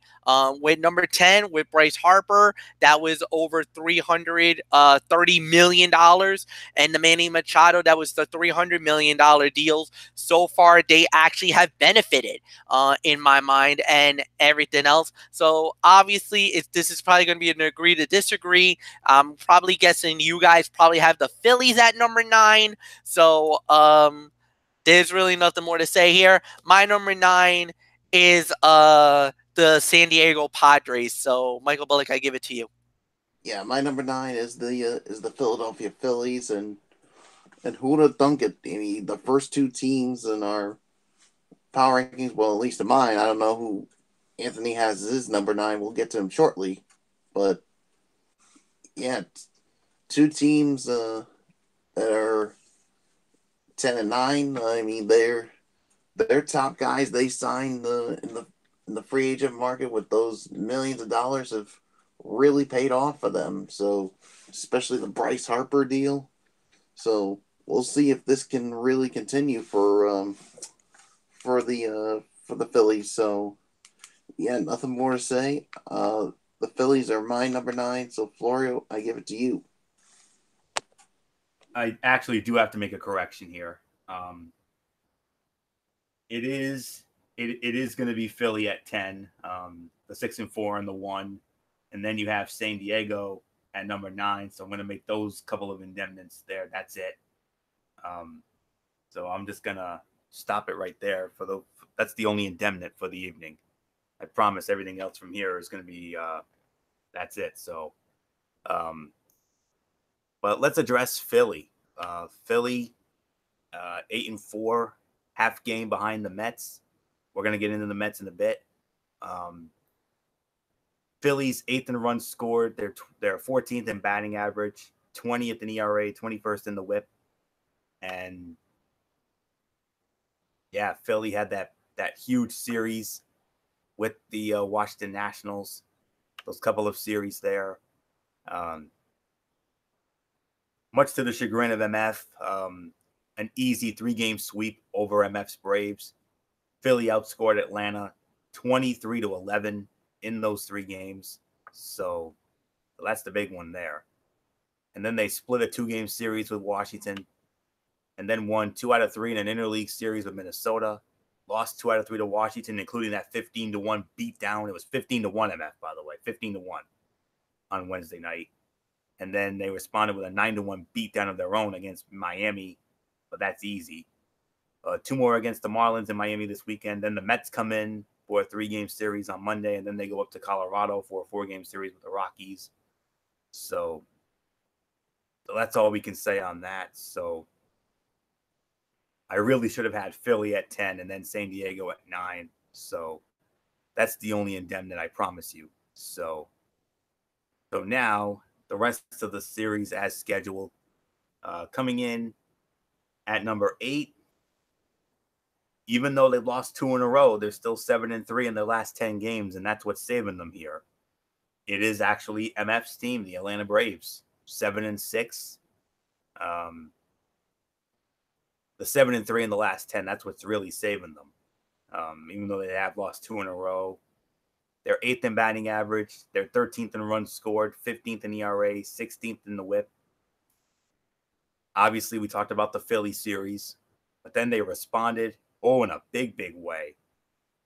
A 3-game sweep of Matt Ward's Chicago Cubs, outscoring the Cubbies 23-8 in those 3 games. And then they took 2 out of 3 from the Miami Marlins, won 2 in a row in Colorado. 3rd game was rained out, but the Mets, though, have not gone well against the Mets in this 4-game series, losing 6-3 and 6-2. 2 more games against the Mets this weekend, including Sunday Night Baseball on ESPN. Off Monday, then the Arizona Diamondbacks come in for 3 this week, and then they go up to Cleveland for a 3-game series with the Indians. Of course, that's going to conjure up some memories for MF, obviously, from 1995. You know that story. So nothing more to say on this. Number 8, it's MF's team, the Atlanta Braves. The 7-3 in their last 10. That's the difference. So nothing more to say. MF, I mean, Philly got you guys good. And then that big 3-game sweep of Ward's Cubs, very impressive. And then he took care of business against the Marlins. And then he took care of business against Colorado.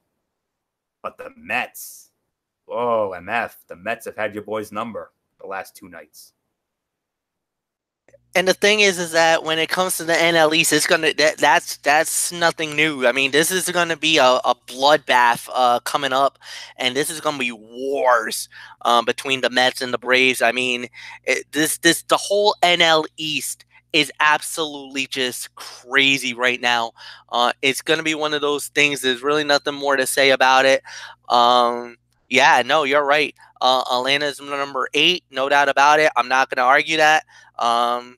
Anthony, you're absolutely right. So nothing more to say. Michael Bullock, I give it to you.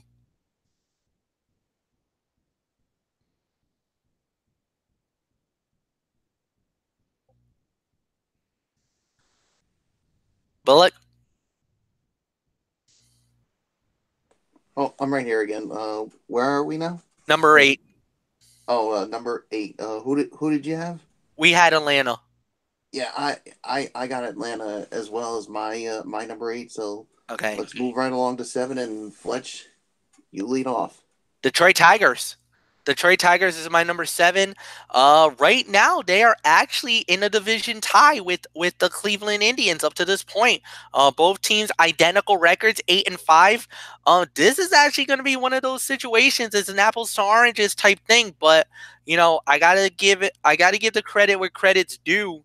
To the Tigers over the I gotta give the advantage to the Indians over the Tigers. Run differential is the key here. The Indians are at a +1. The Tigers a -6. Ouch, not good. Like I said, 7-3 in the last 10 games. Losers of 1 game. So that's kind of where the situation goes. This might be a little bit of a dispute there, but for me, I got to give the advantage to the Indians. Therefore, my number 7 is the Detroit Tigers. So, Michael Bullock, I give it to you. I agree with you, Fletch. I mean, Detroit's my number 7, and I mean, there's one guy on the staff that's been really impressive, and that's their starting pitcher, Matthew Boyd. I mean, he leads the league in strikeouts, and yeah, he's done a really good job leading the way for that pitching staff. I mean, can they keep it going? That's going to be the one thing you got to keep an eye on. And as we said it before, we're going to probably say it again so many times. It's a marathon, so anything can and will happen. So, nothing more to say. Detroit's my number 7. Florio, I give it to you. Yes, it is the Detroit Tigers. They're in a first-place tie with the Cleveland Indians. Both teams are 8-5, 7-3 in the last 10 games. Lost the last game. But for Detroit, they're 4th in ERA and 4th in WHIP, but they're 30th in batting average and runs scored. The pitching is great. The offense, that's not so good, Al. That's all there is to say on that. They split a 4-game series with Toronto in Toronto to start the year. And then they took 2 out of 3 from my New York Yankees in New York. And then a 3-game sweep of the Kansas City Royals. But then they did lose 2 out of 3 to the Cleveland Indians. So that's the reason the Indians will get the benefit of the doubt coming up. They got rained out in Minnesota tonight. So they have 2 more games against the Twins this weekend in Minnesota. And then a 2-game interleague series with the Pittsburgh Pirates. Honorable mention, by the way. And then next weekend, a 4-game series against the Chicago White Sox. So, and that'll be at Comerica as well. So that's all I can say on that. I agree with Bullock's sentiments about Boyd. That's a young stud right there. So very impressed with his body of work. So that's all I can say about that. Detroit Tigers, number 7. Unbelievable. Number 6, Cleveland Indians, also 8-5, 7-3 in the last 10, lost the last game. They're second in ERA, and the same instance. Pitching great, offense not so much. They're second in ERA, 5th in WHIP, and 25th in runs scored and 28th in batting average. Not good. To open the year, the Indians, they did lose 2 out of 3 in Minnesota against the Twins. And then they split a 2-game series with the White Sox. The big difference here, a 4-game sweep of the Toronto Blue Jays last weekend, and then followed that up by winning 2 out of 3 in Detroit against the Tigers. But tonight, losing 8-1 to the Kansas City Royals in Kansas City. Yeah, no. 2 more against the Royals in KC this weekend, and then they go up to Seattle against only the hottest team in the game right now, the Seattle Mariners, at the newly named T-Mobile Park, no longer Safeco Field. And then, of course, next weekend, that interleague series with MF's Atlanta Braves. They have it in Cleveland. Obviously, they'll conjure up memories of 95, if you know what I mean. So that's all I can say on that. So 7 is Detroit, 6, Cleveland. I know I got that one right, MF. I know there's no doubt about that one. Yeah, no arguments for me. I mean, you absolutely hit the nail right on the head. The Cleveland Indians, yeah, they're it was basically the apples to oranges debate that we always have, and that is, which team's better, which team's looking a lot more sharper. And right now, yeah, you're absolutely right. This is the team that looks a little more sharper. Cleveland it would be the team that I would pick as well. So no, number 6, Cleveland Indians. Yep, you got it right. Michael Bullock, it's yours. Yeah, Cleveland Indians, they're my number 6 as well. So, yeah, there's really nothing more to say. Let's get into the top 5. And Fletch, you'll lead off.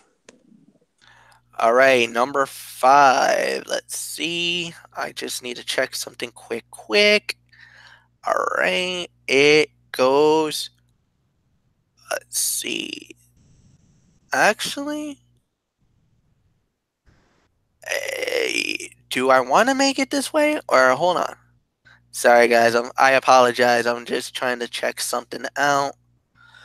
If you need me to take it, MF, I got it. No, because I just noticed they just updated the thing, and it just said that I guess I will start my number 5 with the New York Mets. Yes. That's what I'll go. All right, I'll go with the New York Mets because like I said, I just noticed they just updated it.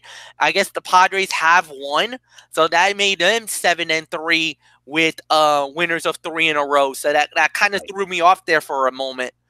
So no indemnits needed. My number 5 is actually the New York Mets. Yes, they have been looking great lately. They have put in a little hurting on my Atlanta Braves. Hopefully we'll get them back. I can't say the word because it's a PG show. But everybody kind of knows my not so love for the New York Mets, to say the very least. It's kind of like Florio with the Red Sox. I can't say nothing nice about them. I respect them, but I can't say nothing nice about them. Again, can't say nothing nice about the Mets. I don't like them being in first place in the NL East. They are. I don't like them beating on my Atlanta Braves. They've been doing that the last couple of nights. So there's really nothing for me to say. I'm just going to begrudgingly go over to my corner and sulk for a couple of moments here. My number 5 is the New York Mets, the stinking Metropolitans. Bullet, go. It's yours. Okay. I don't know how I'm gonna follow that, but yeah. Yeah, I'm sorry, Fletch. I gotta go with the Mets as well. I know it really aches you, really disgusts you that this team is ahead of you, but I've been impressed with them with the way they've been starting out the season. So yeah, we'll see if they keep it going. So yeah, so the New York Mets are my number 5 as well, and yeah, Florio, it's yours, and I know you're gonna say the same thing. We're probably gonna end up in the woodshed of Michael Fletcher. Yes, it is. It is the New York Mets. I agree. At number 5, winners of 3 in a row, 7-3 in the last 10, 9-4, leaders of the NL East. They opened the year winning 2 out of 3 from the Washington Nationals in Washington, and then a 3-game sweep of the Miami Marlins in Miami. But then they did lose 2 out of 3 to the Nationals at home last weekend, split a 2-game interleague series with Minnesota, and then so far 2 for 2 against MF's Braves in Atlanta, outscoring them 12-5 in those 2 games. 2 more against the Braves in Atlanta this weekend, including Sunday Night Baseball, and then they go to Philadelphia for a big 3-game series with the Phillies, major implications for next week.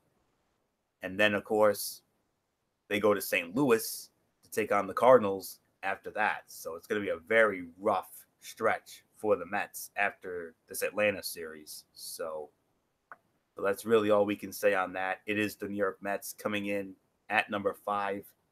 We move on now to number 4. And at number 4, these 4 teams are the 4 hottest teams in the game right now. Number 4, the St. Louis Cardinals, winners of 5 in a row, 7-3 in their last 10 games, 8-5 record. They're tied with Milwaukee for first in the NL Central, half a game ahead of Pittsburgh. So, as we know, it's early. I know. They're 10th in runs scored, 11th in ERA, 16th in the WHIP, 20th in batting average. And speaking of trades, we talked about the Manny Machado trade working out for San Diego. I think the Paul Goldschmidt trade's been working out for St. Louis. Let me say that. The only downside is they opened the year losing 3 out of 4 in Milwaukee. But since then, they swept the 2-game series with Pittsburgh. And then they had one other rough stretch, and that was losing 2 out of 3 to the San Diego Padres. But then this week, they salvaged the 3rd game with San Diego, and then a 4-game sweep of the Los Angeles Dodgers in St. Louis, outscoring them 26-12 in those 4 games. They have a 2-game series with the Cincinnati Reds in Cincinnati this weekend, and then they go to Milwaukee. They see the Brewers again. That's got major implications there, as does the series next weekend with the Mets. So, and then they see Milwaukee again. They're going to be seeing a lot of Milwaukee this first month or so. So they played, I believe, 4 games to start, and then they get 3 against them in Milwaukee this week. And then the week after that, they see Milwaukee again for 3. So 10 games against Milwaukee in this first month. That's crazy. So nothing more to say on that. St. Louis Cardinals, number 4. So MF, I mean, wow, 10 games against Milwaukee in this first month alone. 10 of their 19 in this first month. That's outrageous. Well, that's really gonna tell us right where we are, and it's gonna tell us where Milwaukee and St. Louis is gonna be divisional wise, because to do it that way this early, yeah, it's shocking. I think we've never seen anything like it, but yeah. So I mean, you're just gonna have to wait and see how it plays out. But you're right. Milwaukee is, well, I should say St. Louis is my number 4 as well. So nothing more to say. Michael Bullock, it's yours.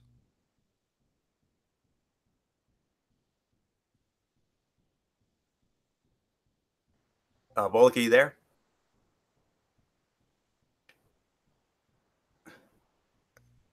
Yeah, I think we probably have lost it there. So, number 3, Houston Astros.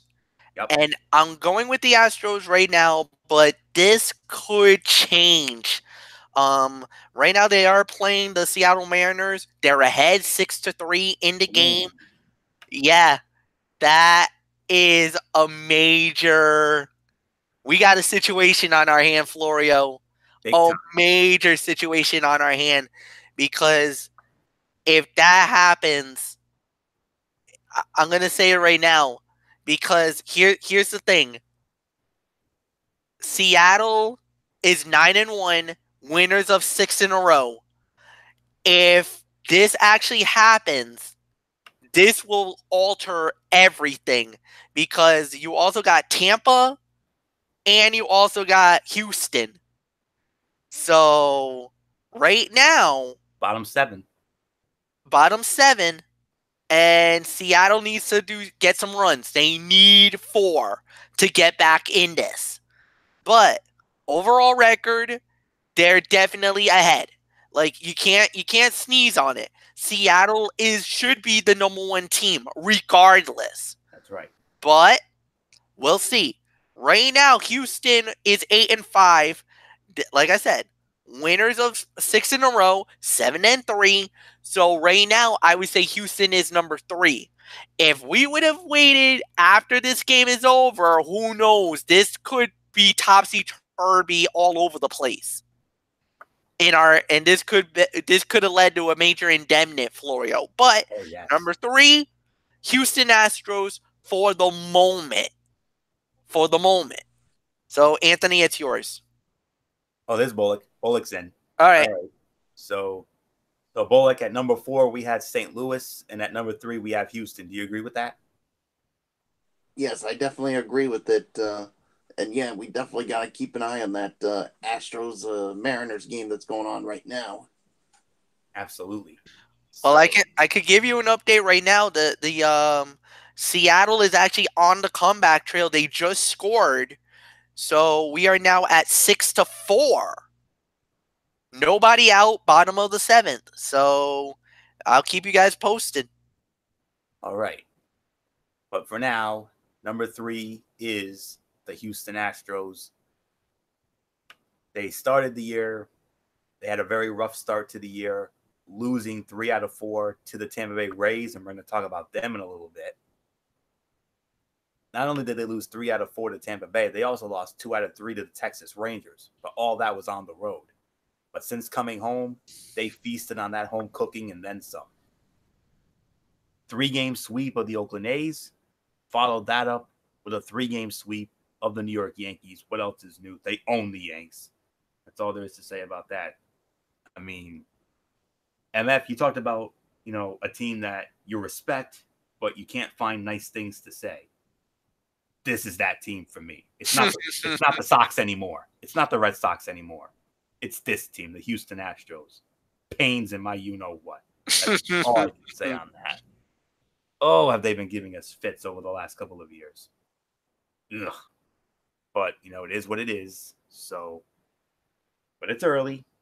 So, but yes, huge series right here with the Seattle Mariners, the hottest team in the game right now.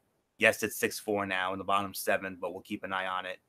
They're playing at formerly Safeco Field, but it's been changed to T-Mobile Park in Seattle. So, very interesting name change there. But we'll always remember it as Safeco Field. That's all I can say there. But anyway, 2 more against the Mariners this weekend, off Monday, and then a 2-game series in Oakland against the A's, off Thursday, and then a 3-game series at Texas against the Rangers. They get another shot at them after losing 2 out of 3 to them at the start of this month. So really nothing more to say on this. So a very slow start for Houston, but since then they've cranked it up like we know they can. So they'll be there at the end. They will. So nothing more to say. Houston Astros are at number 3. Number 2, the Tampa Bay Rays. I told you guys to watch this team. I told you. Yes, I didn't have them, because, I fell into that trap of the Sox and the Yanks. But if they keep playing like this is going to be their division to lose. They're 11-3, second best record in the game. They've won 5 in a row. They're 8-2 in their last 10, 5.5 ahead of the Yanks. in the AL East. The only team with a winning record in the AL East. They lead the league in ERA, lead the league in WHIP. They're 9th in runs scored, and they're 12th in batting average. To start the year, 3 out of 4. They won 3 out of 4 from the Houston Astros. Very impressive. And then they won 2 out of 3 in an interleague series with the Colorado Rockies. And then 2 out of 3 from the San Francisco Giants, another interleague series. 3-game sweep of the Chicago White Sox in Chicago. 24-7 outscored them. And then an 11-7 shootout slugfest with the Toronto Blue Jays in Toronto. 2 more against the Jays this weekend off Monday. 3-game series with the Baltimore Orioles at home. And then Bullock's Red Sox have to face them next weekend. And they're going to be in the midst of a 9-game homestand before going to Fenway in Kansas City. So I told you guys to watch out for this team when we did our preview some time ago. You know, they came on late, but it was too little too late. But they still, you know, came on very strongly. And right now, this is an early American League team to watch for. I mean, they have the Cy Young Award winner Blake Snell, and Snell is absolutely killing it for them. I think if he keeps doing what he's doing, he's going to win that thing again. That's all I can say on that. Best pitching staff in the game right now, and that's all there is to say on that. So I am impressed. I told you all to watch them, and they're making me look good right now. So this was my out-of-nowhere team this year, and just like Randy Orton and his RKO, this team has come out of nowhere. So nothing more to say on this. Tampa Bay Rays, number 2, MF. I mean, they came out very strong to end the year last year. They went on a late run, just missed the postseason, but they keep doing this. They could end up being one of the favorites in the American League. Go figure. Yeah, they could. A lot of people said that they were very high on this team because of the fact of what they did a season ago, and a lot of people are starting to buy in to the Tampa Bay Rays, and I think this could be possible. It could be. So we'll wait and see what happens. I like what I'm seeing from this team. This team's playing with some great. They're playing great basketball. Great baseball up to this point. I'm sorry. I'm kind of like multitasking. I'm looking at some of the NBA stuff and everything else, and I got some NHL stuff going on right now, and it's a little all over the place. I'm sorry, my bad. But no, Tampa Bay Rays, number 2, they deserve it. Michael Bullock, it's yours. Who'd you say was number 2? Tampa Bay. Oh yeah, Tampa Bay is definitely number 2. I mean, yeah, Florio was spot on with this team. You definitely got to keep an eye on. So yeah, nothing more to say.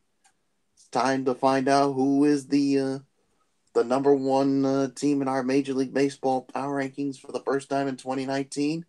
And Fletch, who is that team? We are going to the brand new T-Mobile Stadium or T-Mobile Field in Seattle. The Seattle Mariners, they have been unbelievable. Lights out. Started off playing at the Tokyo Dome in Tokyo, Japan. They played an early series against the Oakland Athletics. Once they got home, the cooking was right. Everything is going very well for the Mariners right now. They've been notorious for throwing the fish at the fish market in Seattle. Well, they've been throwing a lot, and they've been gunning it.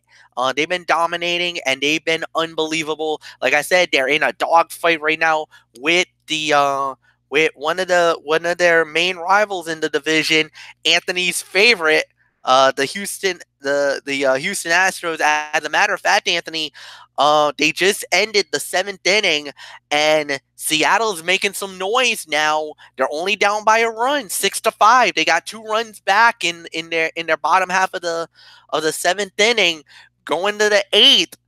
Who knows if Seattle pulls this off? You know, they would be worthy of the #1 pick in our power rankings, but they've been playing so great up to this point. They've been dominating, so nothing bad to say. #1, the Seattle Mariners. Michael Bullock, it's yours.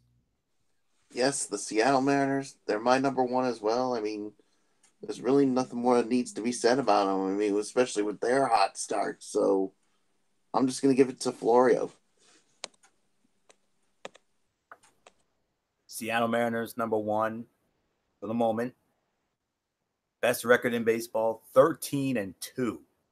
Winners of 6 in a row, 9-1 in their last 10.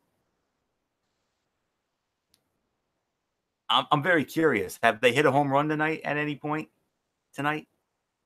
Because if they have, it would be, I believe, a record-setting pace because, I mean, they've hit a home run in each and every game this year, at least one. All right, just give me a second. I'm checking right now. Yep, but I'll get into the schematics here. Get into the schematics, and I'll give you the answer in just a second. Seattle leads the league in batting average, leads the league in runs scored. The pitching, though, needs work. They're 13th in ERA, 14th in WHIP. They opened the year winning 3 out of 4 from Bullock's Red Sox at T-Mobile Park. 28-17. Oh, I actually got the answer for you, Florio. No, they haven't yet. No, Houston has hit 2 home runs in the game today. Springer got his 4th home run of the year, and Jose Altuve, our grand salami, for him, his 6th home run of the year. Yeah, no home runs for Seattle up to this point. Wow, very impressive because, I mean, the previous 15 games, each and every game, they've had at least one. I heard that they're on some sort of a record pace or something from what I've been watching on the Quick Pitch on the MLB Network. But 3 out of 4 from the Red Sox to open the year. And then they won 2 in a row from the LA Angels of Anaheim. Won 2 out of 3 from the White Sox. There was supposed to be a 4th game, but it was rained out. So 2 out of 3 from the White Sox. A 4-game sweep of the dud Kansas City Royals in Kansas City. A huge series with the Astros right now. They're down 6-5 going into the 8th. 2 more against the Astros this weekend. And then they got the Cleveland Indians coming in for a 3-game series starting Monday. And then they go up to Anaheim for a 4-game series with the Los Angeles Angels of Anaheim. So that's the key number here. They've hit at least 1 home run in their previous 15 games in a row. That's impressive. So nothing more to say on this. #1 for the moment, it is the Seattle Mariners. And that will put the bow on this edition of Strictly Sports. I want to thank you all so very much for tuning in. I've heard a rumor going around that maybe, just maybe, I don't know if this is true or not, but next week we could have the release of the 2019 NFL regular season schedule. And if that's true, oh boy. Shut the show down because we're talking some football. Yes. So we'll keep an eye on it, but it is a rumor. Next week they could be releasing it on Thursday. So we'll find out if that's true or not. I hope it is, because if it is, we know what our docket will be next week now, don't we? Well, they already released the preseason schedule, but I know preseason, who cares? Yeah, who gives a you know what? But the Hall of Fame game. And of course we already know the Bears and the Packers are going to open up the 2019 season. That first Thursday night game, yes. And another thing we know is that the Patriots, the Super Bowl champs, will be opening up on Sunday night. We just don't know who they'll be playing. We don't know who the opponent is yet. And Denver Broncos, Atlanta Falcons will be in the Hall of Fame game on August 1. So that's that. So, but that's just a rumor. We'll see if that's true or not. But if it is true and it comes out next week, that's our docket next week, no doubt about it. Well, we know certain games have been already announced, and as a matter of fact, I've heard that Miami's playing on Thanksgiving this year. I think we got the Cowboys. I think that's what I heard. I heard because somebody, I think it was from Eric Carrier, he actually posted me something saying that the Dolphins has been selected. I don't know why, but Miami's going to be playing on Thanksgiving against the Dallas Cowboys this year. Well, only time will tell. We'll Yeah. find out. So that it's a rumor. So I hope that is confirmation, because that's a great Turkey Day game for me. I'll be ecstatic. Absolutely. So we'll see. All right. So that will put the bow on this edition of Strictly Sports for tonight. We want to thank you all so very much for tuning in. As always, I see MF still has his mic on, so MF, we'll get you started with the shout outs, and then we'll set up the future content. It's pretty much back to normal now. Yeah, it pretty much is. Thank you to the great fans out there for making the show as amazing as it is. You guys are the best fans in the world. To the super fans, you guys know who you guys are. To the 2184 crew, you guys are the best fans as always. You guys are awesome. I do want to give a little shout out, a special heads up for all you fans out there, MMA fans. Tomorrow night, I'm going to be at Buffalo Wild Wings. Why? UFC is having a big event, and Buffalo Wild Wings is actually showing the fight. I can't believe they're doing it. This is like the first time in a long time that they're showing it. It is free to get in. It's going to be right on I think it's on Highland Park or Highland Ave in Seekonk. Come on down. Starts at 10 p.m. You can actually watch the prelims on ESPN, the worldwide leader in sports. It's going to be an incredible show. And the main event, guys, it's Max Holloway putting the UFC title on the line against Dustin Poirier, as this is a rematch, guys. And of course, the other big fight is Kevin Gustafsson going one-on-one against Israel Adesanya. As many people you guys know, Adesanya was the man that put out Anderson Silva, beat him in a very lackluster, boring snooze fest of a 3-round bout. Kevin Gustafsson was supposed to fight Whitaker, but Whitaker pulled out of the fight due to injury the day of the fight. It sucked. It was like 5 or 6 hours before the show was about to start in Brazil, and we find out that Robert Whitaker had to pull out due to injury, and we were pissed over this. But Gustafsson versus Adesanya, Kevin Gustafsson versus Israel Adesanya for the middleweight championship, and of course Dustin Poirier versus Max Holloway for the lightweight championship. A double main event, unbelievable night. Be there, be square, be at the Buffalo Wild Wings in Seekonk tomorrow night. I will be there. My boy Richard Lopes will be there. My friend Jeff Monty will be there. That's your brand new UFC commentary crew. Basically, out with the old, in with the new. But be there, guys. So I can't wait to do it with you guys tomorrow night. It's going to be lit. 10 o'clock Eastern. So I'll be there, guys. So see you guys tomorrow night. If you're there, say that Mike Fletcher was there, that you guys will watch the show. I would love to hear you guys and see you guys. So be there tomorrow night. It's going to be awesome. It's going to be lit. Have a good night. Mike Bullock, it's yours.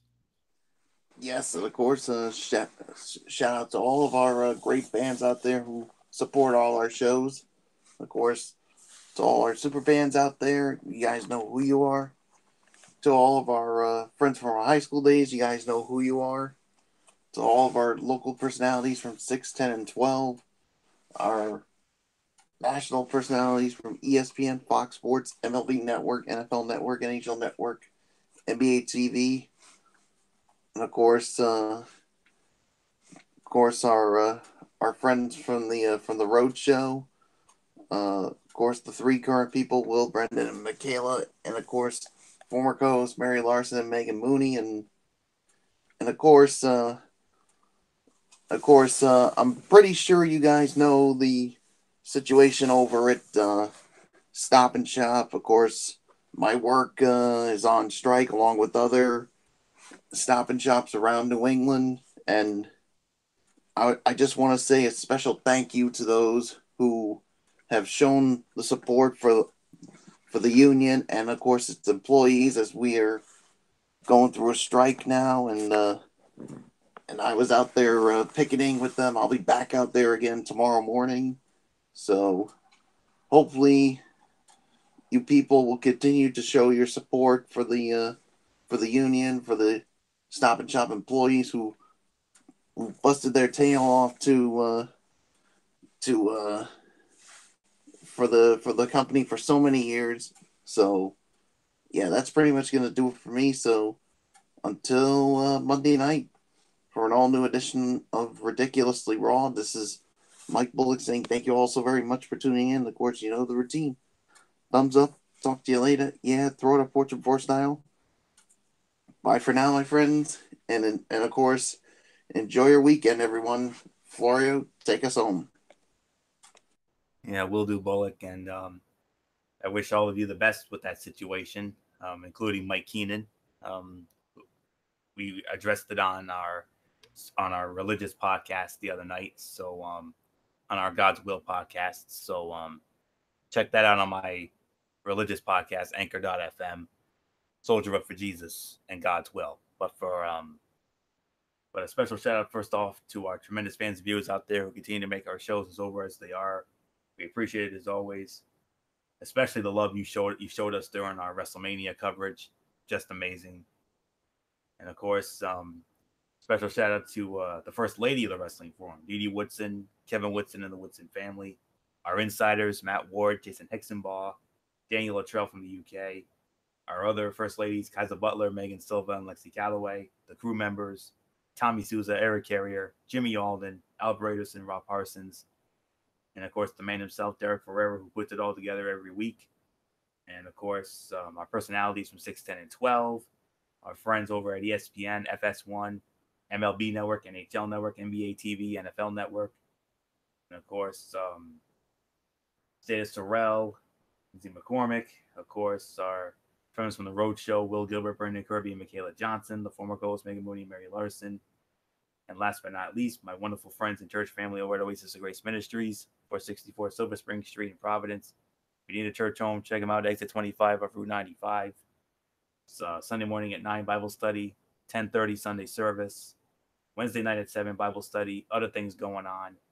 And I can't wait to see them all again on Sunday morning. It's going to be great as always. And that's it for that. So we're back on the normal schedule now that WrestleMania has come and gone. Monday night, Ridiculously Raw. Night 1 of the Superstar Shakeup. Who's going to be leaving SmackDown for Raw?